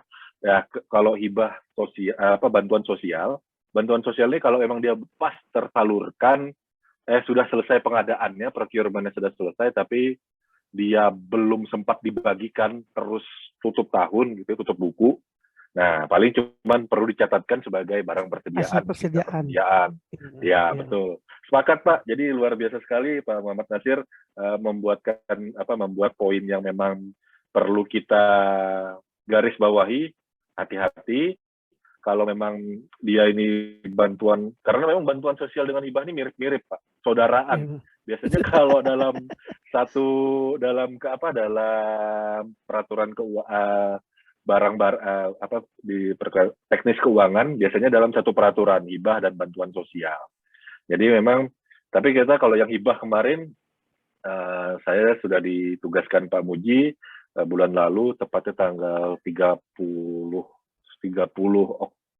September rasanya, 30 September. Itu juga sudah tayang, Pak, di itu. Nah, itu 100% sama tuh dengan Pak Nasir tadi sampaikan gitu, Pak. Gitu, Pak. Jadi betul, hati-hati harus dianggarkan di kode rekening sekian. Terus kalau dicatatkan di aset kalau dia nanti perlu ada BAST, apalagi kalau dia hibahnya beda Pemda, beda pihak ya, bisa Pokmas atau Ormas atau siapapun. Nah, itu harus jelas tuh, kalau nggak neraca asetnya pasti berantakan ya Pak Muhammad Nasir ya. Iya, Pak, harus ada juknisnya, Pak ya. Iya. Terima kasih betul, Pak. Sedikit share aja Pak. Mantap Pak. Jadi sharingnya sangat memperkaya kita sekali ya. Hibah dengan bantuan sosial yang mirip-mirip ini tadi. Jangan sampai ketika kita bantuan sosial memberikan bantuan sosial maksudnya, tapi malah teranggarkan hibah. Nanti kalau teranggarkan hibah, wah ini repot. Pak, jadi sesuatu yang betul, sesuatu itu kan dia harus dicatat. Jadi apalagi biasanya hibah itu dia harus tercatat sebagai aset. Nah, itu penghapusannya sulit itu ya. Mungkin itu. Oke, makasih banyak Pak Muhammad Nasir. Terima kasih Pak. Terima kasih Pak Muklis. Siap, makasih Pak Nasir. Luar biasa nih sharingnya. Bapak Ibu kalau mau diskusi atau sharing seperti Pak Nasir, silakan klik tombol raise hand. Nah, ini luar biasa nih, kita bisa berbagi ilmu, berbagi pemahaman, pengetahuan, apalagi yang Pak Nasir juga alami. Pak Muji mungkin mau menambahkan, Pak. Silakan, Pak. Lanjut aja, Pak. Saya menyimak aja. Mencerna. Siap, Pak Muji. Lanjut nih, Cak Mas ya. Siap. Ya, silakan Pak Agustio dari Prof Jatim. Silakan di-unmute, Pak. Silakan. Silakan, Pak. Terima kasih, Bapak. Bismillahirrahmanirrahim. Assalamualaikum warahmatullahi wabarakatuh. Waalaikumsalam warahmatullahi wabarakatuh. Salam sejahtera bagi kita semua. Terima kasih, Pak, dengan agenda-agenda seperti ini. Dan alhamdulillah saya baru pertama kali ini masuk, Mas. Saya dinasnya di Dinas Perhubungan. Alhamdulillah yang aktif adalah teman saya, Mas Rio, mungkin yang aktif di media ini secara online. Tapi ada sesuatu hal yang sangat-sangat perlu kami sampaikan, Pak. Bahkan ini yang harus saya curhatkan di teman-teman ini yang sudah kaya dengan pengalaman. Yang pertama menindaklanjuti dari Pak Bambang tadi, Pak, bahwa Dinas Perhubungan itu tahun 2020 mendapat tugas terkait dengan verifikasi dana hibah POKIR, Pak. hibah berupa uang digunakan untuk pengadaan LPJU. Yang notabene prosesnya sudah sesuai dengan ketentuan, bahkan prosesnya mulai usulan dari Pokmas, kemudian diverifikasi administrasi proposalnya, disetujui sama TAPPD hingga keluar DPA, tapi DPA-nya nempel di DPA BPKAD, bukan di Dinas Perhubungan. Karena tugas LPJU adalah di bidang teknis di Dinas Perhubungan, kita akhirnya mendapat tugas untuk proses pencairan NPHD. Sedangkan teman-teman kami di lapangan sudah melaksanakan kegiatan ini sesuai dengan SK Gubernur, Pak. Verifikasi NPHD kita juga sudah meninjau lapangan, lokasinya nanti yang dipasang bagaimana, di mana, kemudian identitas Pokmas, termasuk persyaratan kelengkapan sudah dipenuhi semua, bahkan pada saat proses NPHD sudah didokumentasikan. Namun pada saat pemeriksaan oleh BPKB, Pak, oleh BPK, itu menjadi temuan. Nah, temuannya bahwa Disub kurang teliti di dalam melakukan verifikasi administrasi, yang mana pada saat temuan di lapangan itu ada kemahalan harga. Proposal yang diajukan Pokmas itu nilainya 40 juta, pada saat diperiksa lapangan oleh BPK, nilainya 14,8. Nah, ini kewenangan yang kami tanyakan, Pak, kewenangan Disub, apakah boleh Disub klarifikasi terkait dengan spek, RAB, bahkan kita klarifikasi di lapangan terkait dengan apa yang menjadi temuan BPK. Karena kembali lagi bahwa hibah ini berupa uang, kita hanya verifikasi NPHD, cair, sudah selesai menjadi tanggung jawab Pokmas. Sedangkan langkah kita selanjutnya adalah melaksanakan LPJ, laporan pertanggungjawaban dari Pokmas kepada kita, baru kita nanti klarifikasi. Nah, yang menjadi temuan sekarang, Pak, masuk ke ranahnya BPK, ini sudah terekspos, sehingga kita selalu menjadi bulan-bulanan LSM, Pak. Kita selalu diklarifikasi dan sebagainya, bahwa Disub harus mengembalikan kelebihan harga itu. Nah, kira-kira, Pak, kalau dengan proses hibah seperti ini, yang kami tanyakan, siapa yang berwenang memeriksa spek teknis di lapangan? Kemudian kewenangan Disub sejauh mana di dalam proses hibah Bokir Dewan ini, Pak. Mungkin itu, Pak. Terima kasih. Assalamualaikum warahmatullahi wabarakatuh. Waalaikumsalam warahmatullahi wabarakatuh. Makasih Pak Agustio. Ini curhat nih, Bang. Silakan. Walaupun kita agak side tracking nyamping dikit begitu ya, karena memang topik hari ini kita bahasa bansos gitu ya, tapi sosial, kita kembali ke hibah. Agak mirip-mirip Pak, yang kemarin saya tidak ikut soalnya, Pak. Baik, jadi tidak apa-apa, Pak. Jadi memang kita kembali ke hibah dulu ya. Salah satu hal yang memang saya sampaikan pada saat materi hibah ini tadi, ketika terjadi hibah, di sini ada peran dari BPK yang diperkuat di beberapa pasal yang ada di Undang-Undang Perbendaharaan. Nah, jadi memang ketika dan memang tidak bisa kita pungkiri bahwa ada undang-undang tersendiri dari BPK untuk melakukan penilaian gitu ya terhadap kewajaran keuangan begitu. Nah, pertanyaan saya, Pak, tadi kan memang NPHD itu kan salah satunya muncul ya karena berdasarkan pertimbangan dan proposal-proposal begitu. Cuman tadi saya agak sedikit miss gitu, Pak. Mungkin bisa dikonfirmasi, Pak. Di dalam usulannya nilainya berapa, Pak ya? Nilai LPJU-nya 40 juta per titik, Pak. Sehingga dia 10 titik 40 juta dapat per 400 titik, juta. Ya. 40 juta. Ya, kemudian di realisasinya berapa, Pak? Realisasi untuk laporannya 400 juta. Oke, realisasinya sesuai. Yeah. Ini yang menjadi sedikit perhatian, berarti proses pelaksanaan ini tadi yang melaksanakan pengadaannya, apakah penerima atau dari sebagai organisasi yang melaksanakan pengadaannya? Hibahnya ke Pokmas, tapi Pokmas menunjuk S untuk membangun atau memasang LPJU. Nah, berarti ya saya terkait dengan proses itu mungkin ya memang dalam kondisi yang sebenarnya yang saya khawatirkan BPK ya, karena sifatnya pemeriksa eksternal itu melihat bahwa angka yang ngepas banget ini rada mustahil begitu loh. Jadi mungkin hal-hal ini yang menjadi sorotan sebenarnya. Kalau dalam proses pengadaan barang jasa pemerintah, tapi memang saya nyampaikan ya, ini karena forumnya kita masih sifat terbuka, maka ini bukan menunjuk siapa salah, siapa benar begitu, tapi ini forumnya sifatnya diskusi. Pendapat saya realisasinya sebenarnya kalau memang adanya kemahalan di situ gitu kan, harusnya yang diaudit adalah karena dari PA-KPA ini sifatnya hanya menyalurkan berdasarkan apa yang ada di NPHD begitu ya. Nah, yang mencari penyedia, yang menunjuk penyedianya adalah pihak penerima hibahnya. Maka yang sebenarnya tadi kalau tadi saya tidak salah nangkap kan yang diminta mengembalikan kan adalah dinas sebenarnya yang tepat itu mungkin saya tidak baca narasi temuannya juga ya. Tapi sebenarnya bisa jadi narasi temuannya adalah PA-KPA memerintahkan kepada pihak penerima hibah untuk mengembalikan kelebihan. Kemungkinan seperti itu Pak, narasinya Pak. Oke. Ya, jadi memang wajar bahwa dari pemeriksa eksternal ini melihat bahwa ini ada ketidakwajaran dalam pengelolaan dana yang diterima.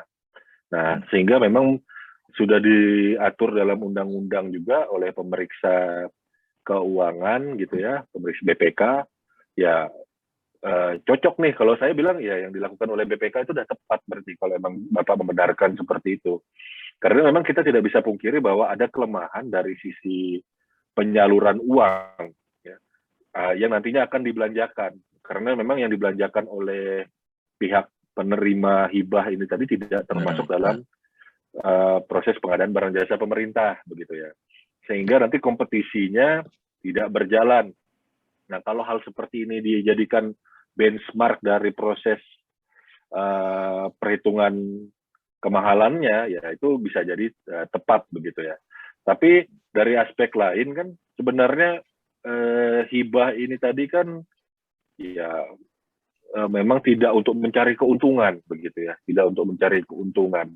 Jadi saya filosofisnya adalah ya kalau ini tidak mencari keuntungan apa segala macam ya harga apa adanya, dan memang setelah diperiksa ternyata harganya itu tadi ternyata tidak apa adanya tapi ada apa-apanya ya menurut saya wajar-wajar saja dikembalikan, diminta kembalikan begitu ya, karena ada apa-apanya itu tadi begitu ya. Mungkin dari saya itu Pak ya. Di balik itu memang ada hal-hal yang dikondisikan gitu. Nah, siap. Ya. Mungkin Pak Muji terus mohon izin Pak menyambung Pak. Oh iya Pak, silakan. Mohon izin menyambung, kalau seandainya itu sampai dengan sekarang itu ada sekitar 247 pokmas yang baru mengembalikan 31 pokmas. Nah ini sisanya yang belum mengembalikan, tugas kita itu sejauh mana Pak? Kalau sudah mentok, kita sudah berusaha, ternyata kita sendiri juga kesulitan menemui ketua pokmasnya. Karena pada waktu itu memang dikoordinasi sama orang-orang tertentu yang kita notabene bisa ketemu sama koordinator. Pada saat proses NPHD pun yang memfasilitasi semua ya koordinator jika datang di kantor kelurahan. Tapi memang kita ketemu satu persatu dengan ketua Pokmas. Tapi pada saat ada kasus seperti ini sudah menghilang semua Pak. Nah tugas Disub sejauh mana untuk menyelesaikan kasus ini Pak? Apakah saya harus melaporkan ke inspektorat ataukah saya harus ke BPK agar kita tidak menjadi bulan-bulanan LSM ini Pak? Kok Disub tidak bertanggung jawab seperti itu kasarnya? Baik, jadi begini Pak, iya Pak. Jadi biar bagaimanapun uang hibah, baik uang hibah maupun uang bansos ini ya, ini kan merupakan dana publik ya, dana masyarakat. Jadi memang bulan-bulanan itu kita anggap sebagai kritik lah ya, agar kita bisa menjadi lebih baik begitu. Nah, cuman bila saya tidak salah mengingat bahwa di materi hibah ya yang dalam webinar sebelumnya itu saya sudah sampaikan merupakan tanggung jawab dan kewenangan PA begitu. PA, pengguna anggaran. Sehingga ya biar dalam kondisi seperti apa dengan berbagai macam hambatan, ya hal tersebut ya perlu dikerahkan oleh pengguna anggaran ya yang sebagai pihak yang memang punya tugas dan kewenangan menandatangani NPHD itu tadi ya untuk bertanggung jawab terhadap ibarat kata ya ini kita mohon maaf saya berkata bahwa kita nggak ikutan makan nangka tapi kita ikut kena getahnya gatel memang jadinya gatel Pak gitu ya. Jadi ya itu yang memang terpaksa harus dilakukan begitu ya. Ya. Mungkin itu Pak, jadi ya saya cuma bisa berbicara tetap semangat lah. Siap, semangat. Terima kasih Pak Agustio. Nih Bang, tadi kayaknya nyentil-nyentil inspektorat gitu ya. Gimana kalau kita ajak Cak Suhe untuk gabung nih, untuk berpendapat nih. Tadi ya tuh, gimana tuh BPK kan temennya inspektorat nih. Nah, siap. Baik. Ini terkait apa tadi yang kemahalan tadinya? Ya, kemahalan. Ya, baik. Nih, mohon maaf baru gabung tadi sempat antar anak-anak dulu. Saya sempat mendengar sedikit tadi pembahasan dari Bapak Agustio ya. Bahwa ada kemahalan terkait bansos. Bansos berupa uang ya, Pak? Hibah ya. Oh, hibah. Hibahnya berbentuk barang. Uang untuk dibelikan barang. Yang kemahalannya itu barangnya atau uangnya, Pak? Yang dianggap mahal? Barangnya, Pak. Jadi Pomas itu jadi tadi mengajukan begini, proposal Pak, untuk pemasangan PJU. Per titiknya 1 juta. Oh ya, baik. Kalau terkait kemahalan, Pak, itu kan kita harus lihat dulu apa kronologis kejadiannya. Temuan BPK-nya itu seperti apa. Kami juga tidak mau menduga-duga ya apa yang terjadi di sana, kronologis kejadiannya seperti apa. Kemungkinan memang mungkin ada kemahalan ya, bisa saja itu kemungkinan terjadi. Ada kemahalan apakah dari sisi perencanaan yang kurang matang, direncanakan sejak awal. Terkait kemahalan ini memang subjektivitas pemeriksa sebenarnya menentukan. Nah, terkait yang pertanyaan kedua tadi Bapak terkait dengan tindak lanjut misalnya. Tindak lanjut yang susah untuk ditindaklanjuti karena mungkin Pokmasnya sudah nggak ada Pak ya. Tadi ya. Nah, itu nanti Bapak baca peraturan BPK nomor 2 tahun 2017 ya. Terkait dengan tindak lanjut temuan BPK. Di situ memang ada hal-hal yang bisa dikecualikan terkait dengan tindak lanjut temuan, termasuk misalnya si yang diberikan rekomendasi itu sudah tidak bisa menindaklanjuti. Nah, itu harus dilengkapi dengan alasan yang didukung dengan bukti valid. Di tempat kami pernah terjadi terkait dengan temuan dana bergulir, Pak, itu diputihkan. Karena memang sudah tidak bisa ditindaklanjuti, tapi didukung dengan fakta. Nah, di sini memang subjektivitas PPK yang sangat menentukan. Itu bisa Pak, tapi itu wewenang otoritas dari BPK yang menentukan. Apakah walaupun memang LHP-nya, rekomendasinya mengembalikan, tapi kalau kita bisa komunikasikan, ini kan ranah tidak lanjut Pak kan ya. Nah, bawakan aja bukti-buktinya Pak, kami kesulitan di Pokmas ini sudah tidak ada lagi. Nanti BPK nanti akan meninjau kembali rekomendasinya apakah bisa diputihkan atau bagaimana. Tapi ini pure ya, murni subjektivitas pemeriksa. Intinya jawab dengan data Pak, itu aja. Jadi jawab dengan data ini begini ya Pak ya, kita misalkan sudah datangi yang penerima NPH yang Pokmas atau Ormas yang berhubungan dengan kita dengan NPHD-nya, kita datangi sesuai alamat, ada berita acaranya lah paling nggak diketahui lurah setempat begitu ya, bahwa tidak ketemu gitu kan. Jadi upaya seperti itu datanya ada ya, sehingga itu bisa menjadi dasar. Jadi bukan cuma sekedar kemarin itu saya sudah datang Pak, tapi nggak ada. Siap. Apa buktinya? Ini teman saya yang ngomong gitu ya, bukan gitu ya Pak Suhendra ya. Tapi emang sudah ada lengkap dokumentasinya lah. Oke, terima kasih. Benar-benar Pak. Jawab dengan Mas. data dan Ya. berharap Ya. mudah-mudahan data kita bisa diterima. Itu Jaga, bisa Mas. Pak. Amin. Siap. Cak Jagamas dan Cak Suhe, sejauh mana sih OPD itu mereview lah atau proposal ya yang disampaikan Pokmas itu sehingga apa namanya yang diajukan itu tidak asal-asalan gitu maksud saya. Sejauh mana sih dari awal bisa nggak seperti itu dilakukan kontrol gitu dari awal pengendalian gitu maksud saya. Dari awal terkait dengan yang diajukan oleh Pokmas itu ternyata nggak wajar nih harga yang diajukan gitu kan. Apakah nggak bisa? Apakah ya selama itu diajukan kita terima, nanti ada NPHD dicairkan, nah itu tanggung jawab mereka gitu. Apakah ada fungsi kontrol juga gitu kan terkait dengan hal itu di OPD? Gimana nih Cak Suhe dan Cak Gamas nih? Kalau tadi saya sudah sampaikan sih waktu pada saat membahas dengan Pak Agustio tadi bahwa ya ini memang kelemahannya hibah dalam bentuk uang begitu ya, apalagi barangnya mahal begitu kan. Kalau saya pribadi ketika dalam kondisi seperti ini hibahnya sebaiknya hibahnya menggunakan dalam bentuk barang. Nah, jadi dalam bentuk barang, jadi mekanismenya kita menggunakan pengadaan barang jasa pemerintah. Nah, kalau hibahnya dalam bentuk uang begitu kan, nah ini menjadi sesuatu yang riskan, jadi memang bisa terjadi nih, ya SPJ-SPJ-an akhirnya begitu kan. Dan kewenangan BPK ya memang tadi sudah saya sampaikan juga bahwa ya memang mereka dalam hibah itu BPK bolak-balik disebutkan tuh dalam undang-undang perbendaharaan. Jadi ya mereka berwenang untuk mencari seperti itu. Nah nanti pasti mereka nelusurinnya ke mana, kena ke PA.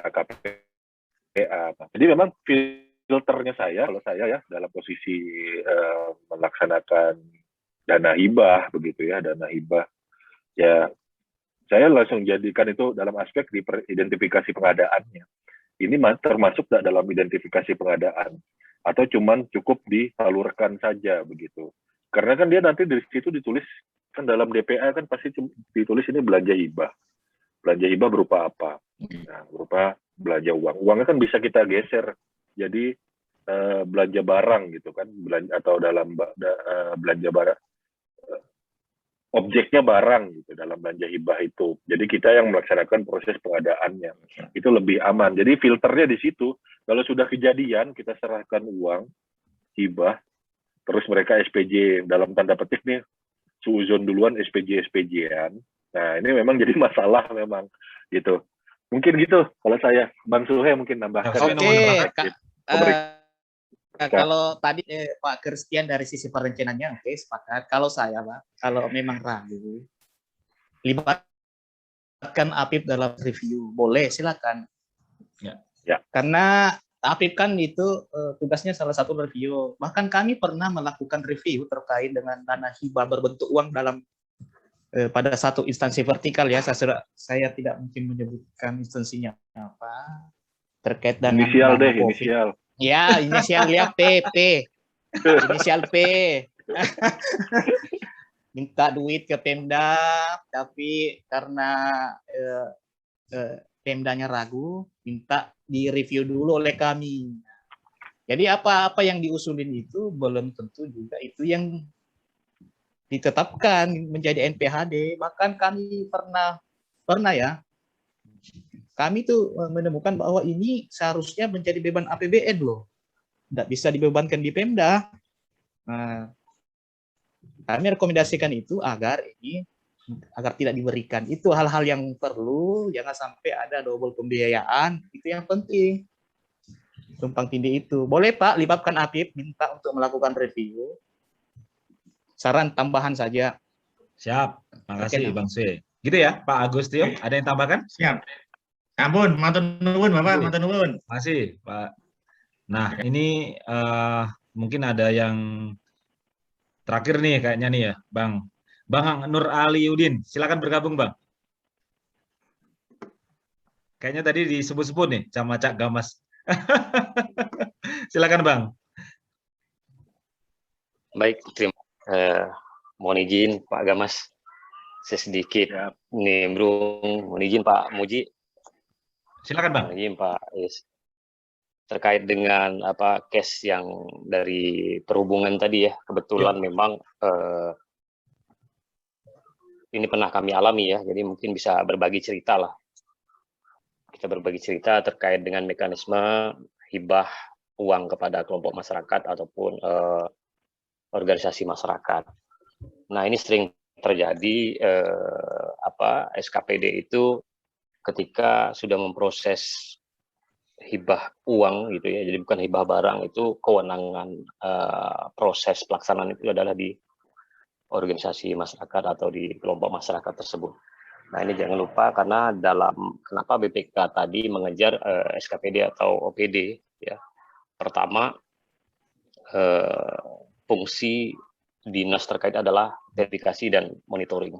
Di situ tadi sebelum proses tahun anggaran pelaksanaan hibah tersebut, otomatis proposal masuk 1 tahun sebelumnya, begitu. Nah, di sini di dalam proses verifikasinya maka dilihat dari RAB usulan proposal tadi oleh kelompok masyarakat. Maka SKPD akan menetapkan anggaran tersebut sebelum direview oleh TAPD. Biasanya seperti itu. Nah, kenapa kewenangan tujuan BPK adalah kewajaran harga. Nah, di sini ada fungsi SKPD dalam mereview proposal. Di situ yang makanya kita tidak bisa melimpahkan keseluruhan kesalahan atau tanggung jawab dalam proses pelaksanaan ke kelompok masyarakat atau organisasi masyarakat yang melaksanakan hibah tersebut. Ini pengalaman saya Pak Gamas ya. Jadi kebetulan saya juga di Pemda kami ya, saya admin hibah. Sudah 5 tahun saya menjadi admin hibah HPBD. Memang banyak sekali pengalaman yang pahit, manis begitu ya, dari pokir dan lain sebagainya terkait dengan hibah. Gitu. Jadi memang ini tidak sepenuhnya kesalahan dari kelompok masyarakat.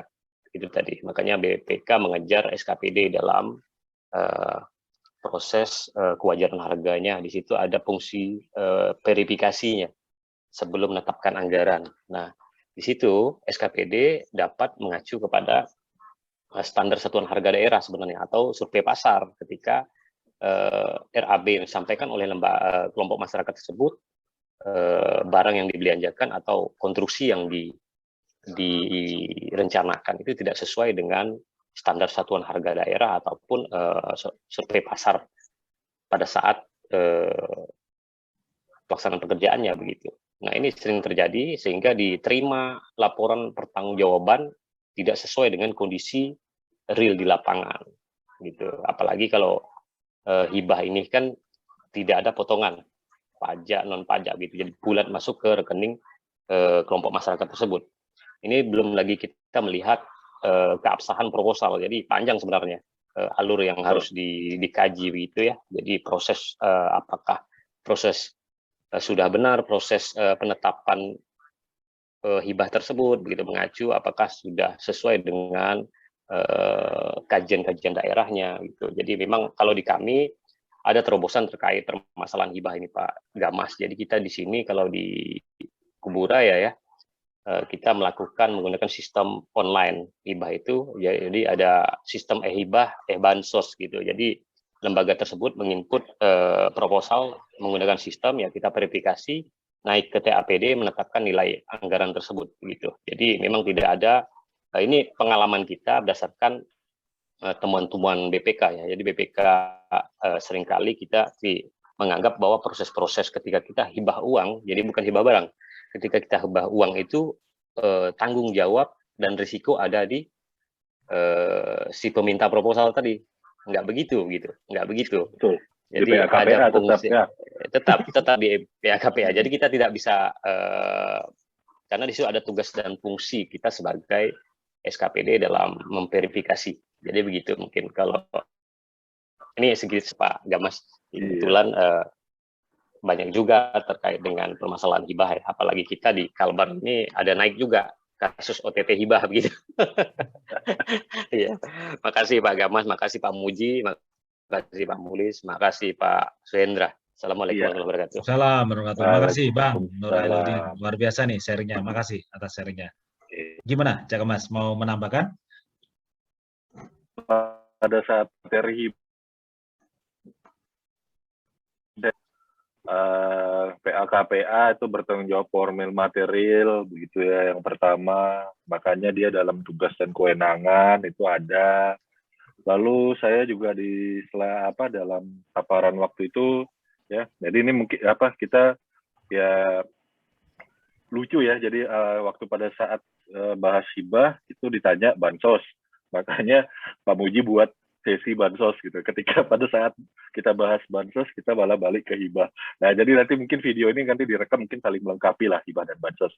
Jadi sepakat dengan yang hibah tadi yang disampaikan Pak Nur Aliuddin dari Kubu Raya, ya memang waktu pada saat itu juga saya nyampaikan bahwa NPHD itu sebaiknya memang, dan hibah secara umum itu memang dikelola secara aplikasi ya. Makanya di slide saya, kalau saya nggak salah ingat itu di sekitar halaman 30-an, saya bilang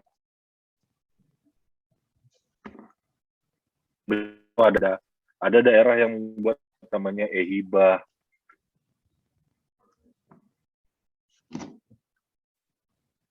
Itu dari Dirjen Perbendaharaan begitu ya. Jadi sampai format penamaan hibah apa segala macam itu rigid banget diatur di aplikasi e-hibahnya. Ya, jadi memang perlu diatur dengan demikian detailnya, bahwa makanya tadi juga saya sampaikan bahwa ketika ditanya tadi, ya memang benar nih BPK, ya memang BPK adalah pihak yang dari undang-undang perbendaharaannya dengan undang-undang pengawasan keuangannya memang dia terlibat bolak-balik ya disebutkan dalam masalah hibah BPK. Nah, jadi memang dia punya kewenangan untuk memastikan bahwa hibah itu tadi ya tidak melanggar prinsip-prinsip yang berlaku dalam pengelolaan keuangan negara maupun pengelolaan keuangan daerah. Nah, ketika dia hibahnya dalam bentuk uang gitu ya, dan ditemukan ada indikasi bukan apa adanya tapi ada apa-apanya, ya wajar bila dicari dituntut pengembaliannya. Ketika dituntut pengembaliannya itu tadi, maka berdasarkan peraturan Menteri Dalam Negeri yang punya kewenangan untuk menyusun, yang punya kewenangan untuk mengelola hibah maupun bantuan sosial itu adalah PA-KPA, gitu. PA pada prinsipnya. Gitu. Jadi ya wajar yang dicari tadi Pak Agustio ya, bahwa dari sisi kelembagaan PA dengan dinasnya gitu kan itu diminta begitu kan. Nguber-nguber, tapi kan bukan berarti nggak ada solusi ya. Apalagi kalau memang teknisnya tadi kerumitannya adalah tidak bisa ya fungsi verifikasi sudah dilaksanakan begitu kan, jadi penerima hibah waktu pas NPHD itu orangnya ada, tiba-tiba tidak ada, itu tadi bisa ada solusi tadi dari Bang Suhendra tadi. Mungkin itu tambahannya. Siap, makasih Bang Kristen Gamas. Sepakat dengan Pak Nur. Siap, makasih. Pak Muji, silakan Pak Muji. Ya, terima kasih Pak Muklis. Ya, ini yang dari Pemprov Jawa Timur yang menarik nih. Jadi perlu kita sadari seperti kata Pak Nur Aliuddin tadi, alurnya panjang, perlu klarifikasi dan verifikasi. Jadi saya selalu mengatakan di mana-mana bahwa dana hibah itu sifatnya bukan bagi-bagi dana, ya bukan bagi-bagi dana, semua disebar lah, ya. Ini tadi saya cermati bahwa pengadaan hibah tadi harusnya kan dikerjakan oleh masyarakat atau kelompok masyarakat. Kalau bangun lampu, dia beli lampu, beli kabel, yang masang sendiri. Kalau ini dikerjakan sama PT dan CV, ya menurut saya nggak cocok. Ya pertama, masyarakat yang bisa masyarakat kerjakan, Kalau masyarakat harus beli lampu yang tinggi dan sebagainya. Nah, itu jadi ya itu yang tadi proses klarifikasi dan verifikasi pengadaannya ini bagaimana ya. Jadi yang mampu masyarakat kerjakan, yang bukan channel PTCW. Kalau menurut saya channel PTCW udah nggak cocok itu dengan sama PTCW. Kedua, ya, tadi jelasin Mbak Gamas bahwa pekerjaan hibah ini tidak boleh ada sifatnya profit, ya sifatnya at cost yang bisa dimanfaatkan oleh masyarakat. Mungkin perlu ditegaskan ini boleh dihabiskan atau tidak 40 juta tadi oleh masyarakat. Ataukah harus dikembalikan sisanya itu ya Itu dari mungkin perlu menjadi perhatian kita bersama agar yang berikutnya kalau sifatnya dana hibah ke kelompok masyarakat yang mampu kelompok masyarakat kerjakan, bukan dialihkan ke PT, CV dan sebagainya. Itu jadi itu. Ya, berikutnya tidak boleh ambil untuk masyarakat tadi, ya itu sebagai ya kalau di situ masyarakat sebagai tenaga kerja, nanti boleh nggak masyarakat sebagai tenaga kerja mengambil ongkos upah? Ya mungkin bisa disifati sebagai apa? Waktu yang hilang dia harus bekerja, ternyata harus masang-masang ini, ya mungkin dikasih upah sekedarnya lah, mungkin itu nanti perlu di. Berikutnya Pak, terhadap kejadian ini, ya tadi dikerjakan oleh PT dan CV itu udah salah Pak. Ya, maka perlu ada upaya yang dikatakan Pak Sendra tadi, upaya melibatkan inspektorat dan sebagainya. Mungkin yang Bapak di provinsi, di situ Bapak bisa diskusi lah dengan BPKP, upaya ini bisa sepanjang, mohon maaf ya, kalau dinas tidak melakukan intervensi, mengarahkan yang terima kemasan siapa dan tidak terima uang, ya sepanjang tidak ada korupsinya, mudah-mudahan ada solusinya. Kita aja Pak Mulis, mudah-mudahan acara ini bermanfaat. Terima kasih pada Pak Christian, mudah-mudahan masih bisa membawakan tema-tema lagi yang sesuai dengan kebutuhan praktisi pengadaan di masyarakat. Terima kasih kepada Bapak Ibu yang hadir dalam waktu yang libur ini, sesi libur ini. Ya, tadi saya cermati lebih dari 230 hadir dalam sesi ini, luar biasa pada Bapak Ibu sekalian. Terima kasih. Wassalam. Terima kasih Pak Muji. Pak Cak Gamas, closing statement deh untuk kegiatan pada sore hari ini. Silakan. Baik, prinsipnya ya, terima kasih banyak kepada Pak Muji yang telah memberi kepercayaan terlepas dari webinar hibah di bulan lalu. Bersambunglah kita ke webinar bantuan sosial. Ya. Hibah dan bantuan sosial ini merupakan sesuatu yang mirip-mirip ya, tapi beda begitu ya. Jadi kan, jangan sampai terjadi salah penganggaran, karena ini aspek keuangan daerah sebenarnya. Jangan sampai terjadi kesalahan penganggaran, tujuannya adalah hibah, dianggarkan sebagai bantuan sosial.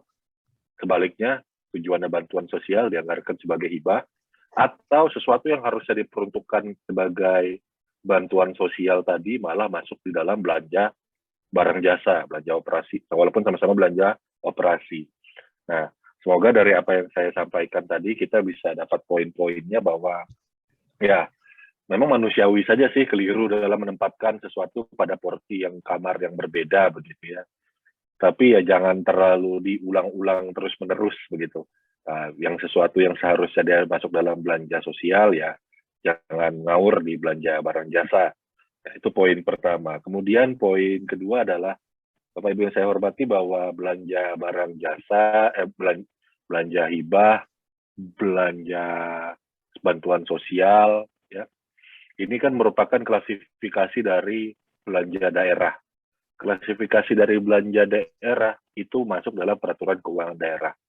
Peraturan keuangan daerah, ya nyantolannya ya Undang-Undang Keuangan Negara, Undang-Undang Perbendaharaan Negara, dan tidak bisa dipisah lagi dengan satu paket dengan Undang-Undang Pengawasan yang menjelaskan peran BPK di situ.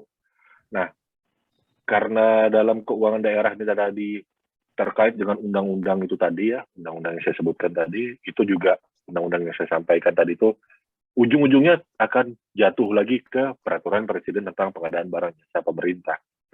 Peraturan presiden pengadaan barang jasa pemerintah saat ini itu bukan hanya berbicara prinsip dan etika, tapi ada tujuan dan kebijakan. Tujuannya yang utama pasal 4A adalah value for money. Value for money dicapai dengan salah satunya kebijakan, yaitu cara atau strategi pasal 5 huruf A, meningkatkan kualitas perencanaan pengadaan barang jasa. Perencanaan barang jasa ini tadi tugasnya siapa? Tugasnya PA-KPA. Ya. Sehingga dalam proses perencanaan pengadaan barang jasa pemerintah, walaupun ini belanja bantuan sosial, walaupun belanja bantuan sosial ini tadi punya fleksibilitas, kita bisa melaksanakan dengan memberikan uang begitu ya. Tapi tetap kita harus perhatikan identifikasi kebutuhannya, identifikasi pengadaannya. Belum tentu semua belanja bantuan sosial itu cocok diberikan dalam bentuk uang. Belum tentu. Walaupun tujuannya kan saya sama-sama baik nih, pemerintah daerah ini mau baik nih. Ya, kita mau memberikan bantuan sosial untuk memberi solusi bagi masyarakat kita agar tidak terdampak cukup berat dari risiko sosial. Ingat Bapak Ibu, melakukan yang benar itu belum tentu melakukan yang baik itu belum tentu benar. Tapi melakukan yang baik, yang benar sudah pasti baik. Tadi kita tetap kembalikan ke aturannya, kita kembali perhatikan aturannya, kita pastikan gunakan, kombinasikan optimasi terbaik ya, optimasi terbaik dari regulasi yang ada. Makanya jangan sampai lagi terjadi dikotomi. Wah, saya kan orang keuangan, saya kan orang perencanaan, saya kan orang pengadaan, saya tidak perlu nih belajar aturan-aturan yang lain satu sama lain. Bapak Ibu, kita harus menguasai aturannya secara komprehensif, gitu. Sehingga kita bisa melakukan yang benar. Karena kembali saya ingatkan bahwa melakukan yang benar sudah pasti baik, tapi melakukan yang baik belum tentu benar. Ya, mungkin itu Pak Muklis yang bisa saya sampaikan. Mohon maaf kalau kepada rekan-rekan sekalian, apabila ada hal-hal yang memang kurang tepat saya sampaikan. Ya, kita sama-sama belajar di sini. Saya bukan pasti yang paling benar. Tapi ya saya dari keluarga baik-baik begitu ya. Oke, mohon maaf saya sampaikan, semoga bermanfaat. Terima kasih.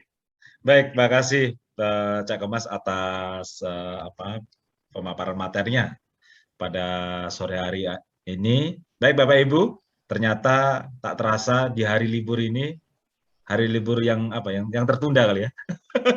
Luar biasa nih peserta yang bergabung. Dan mudah-mudahan selalu sehat selalu nih ya, sharing selalu tentang keilmuan itu tadi yang disampaikan Cak Gamas, kita selalu belajar komprehensif ya, yang ilmu-ilmu semuanya. Baik Bapak Ibu, saya akhiri kegiatan pada sore hari ini. Mohon maaf jika ada kesalahan secara teknis, mungkin karena jaringan juga. Tadi Mas Didi di awal bisa bergabung, ternyata juga ada jaringan akhirnya cadangannya yang mengambil alih. Saya akhiri kegiatan pada sore hari ini. Terima kasih. Salam pengadaan. Wassalamualaikum warahmatullahi wabarakatuh.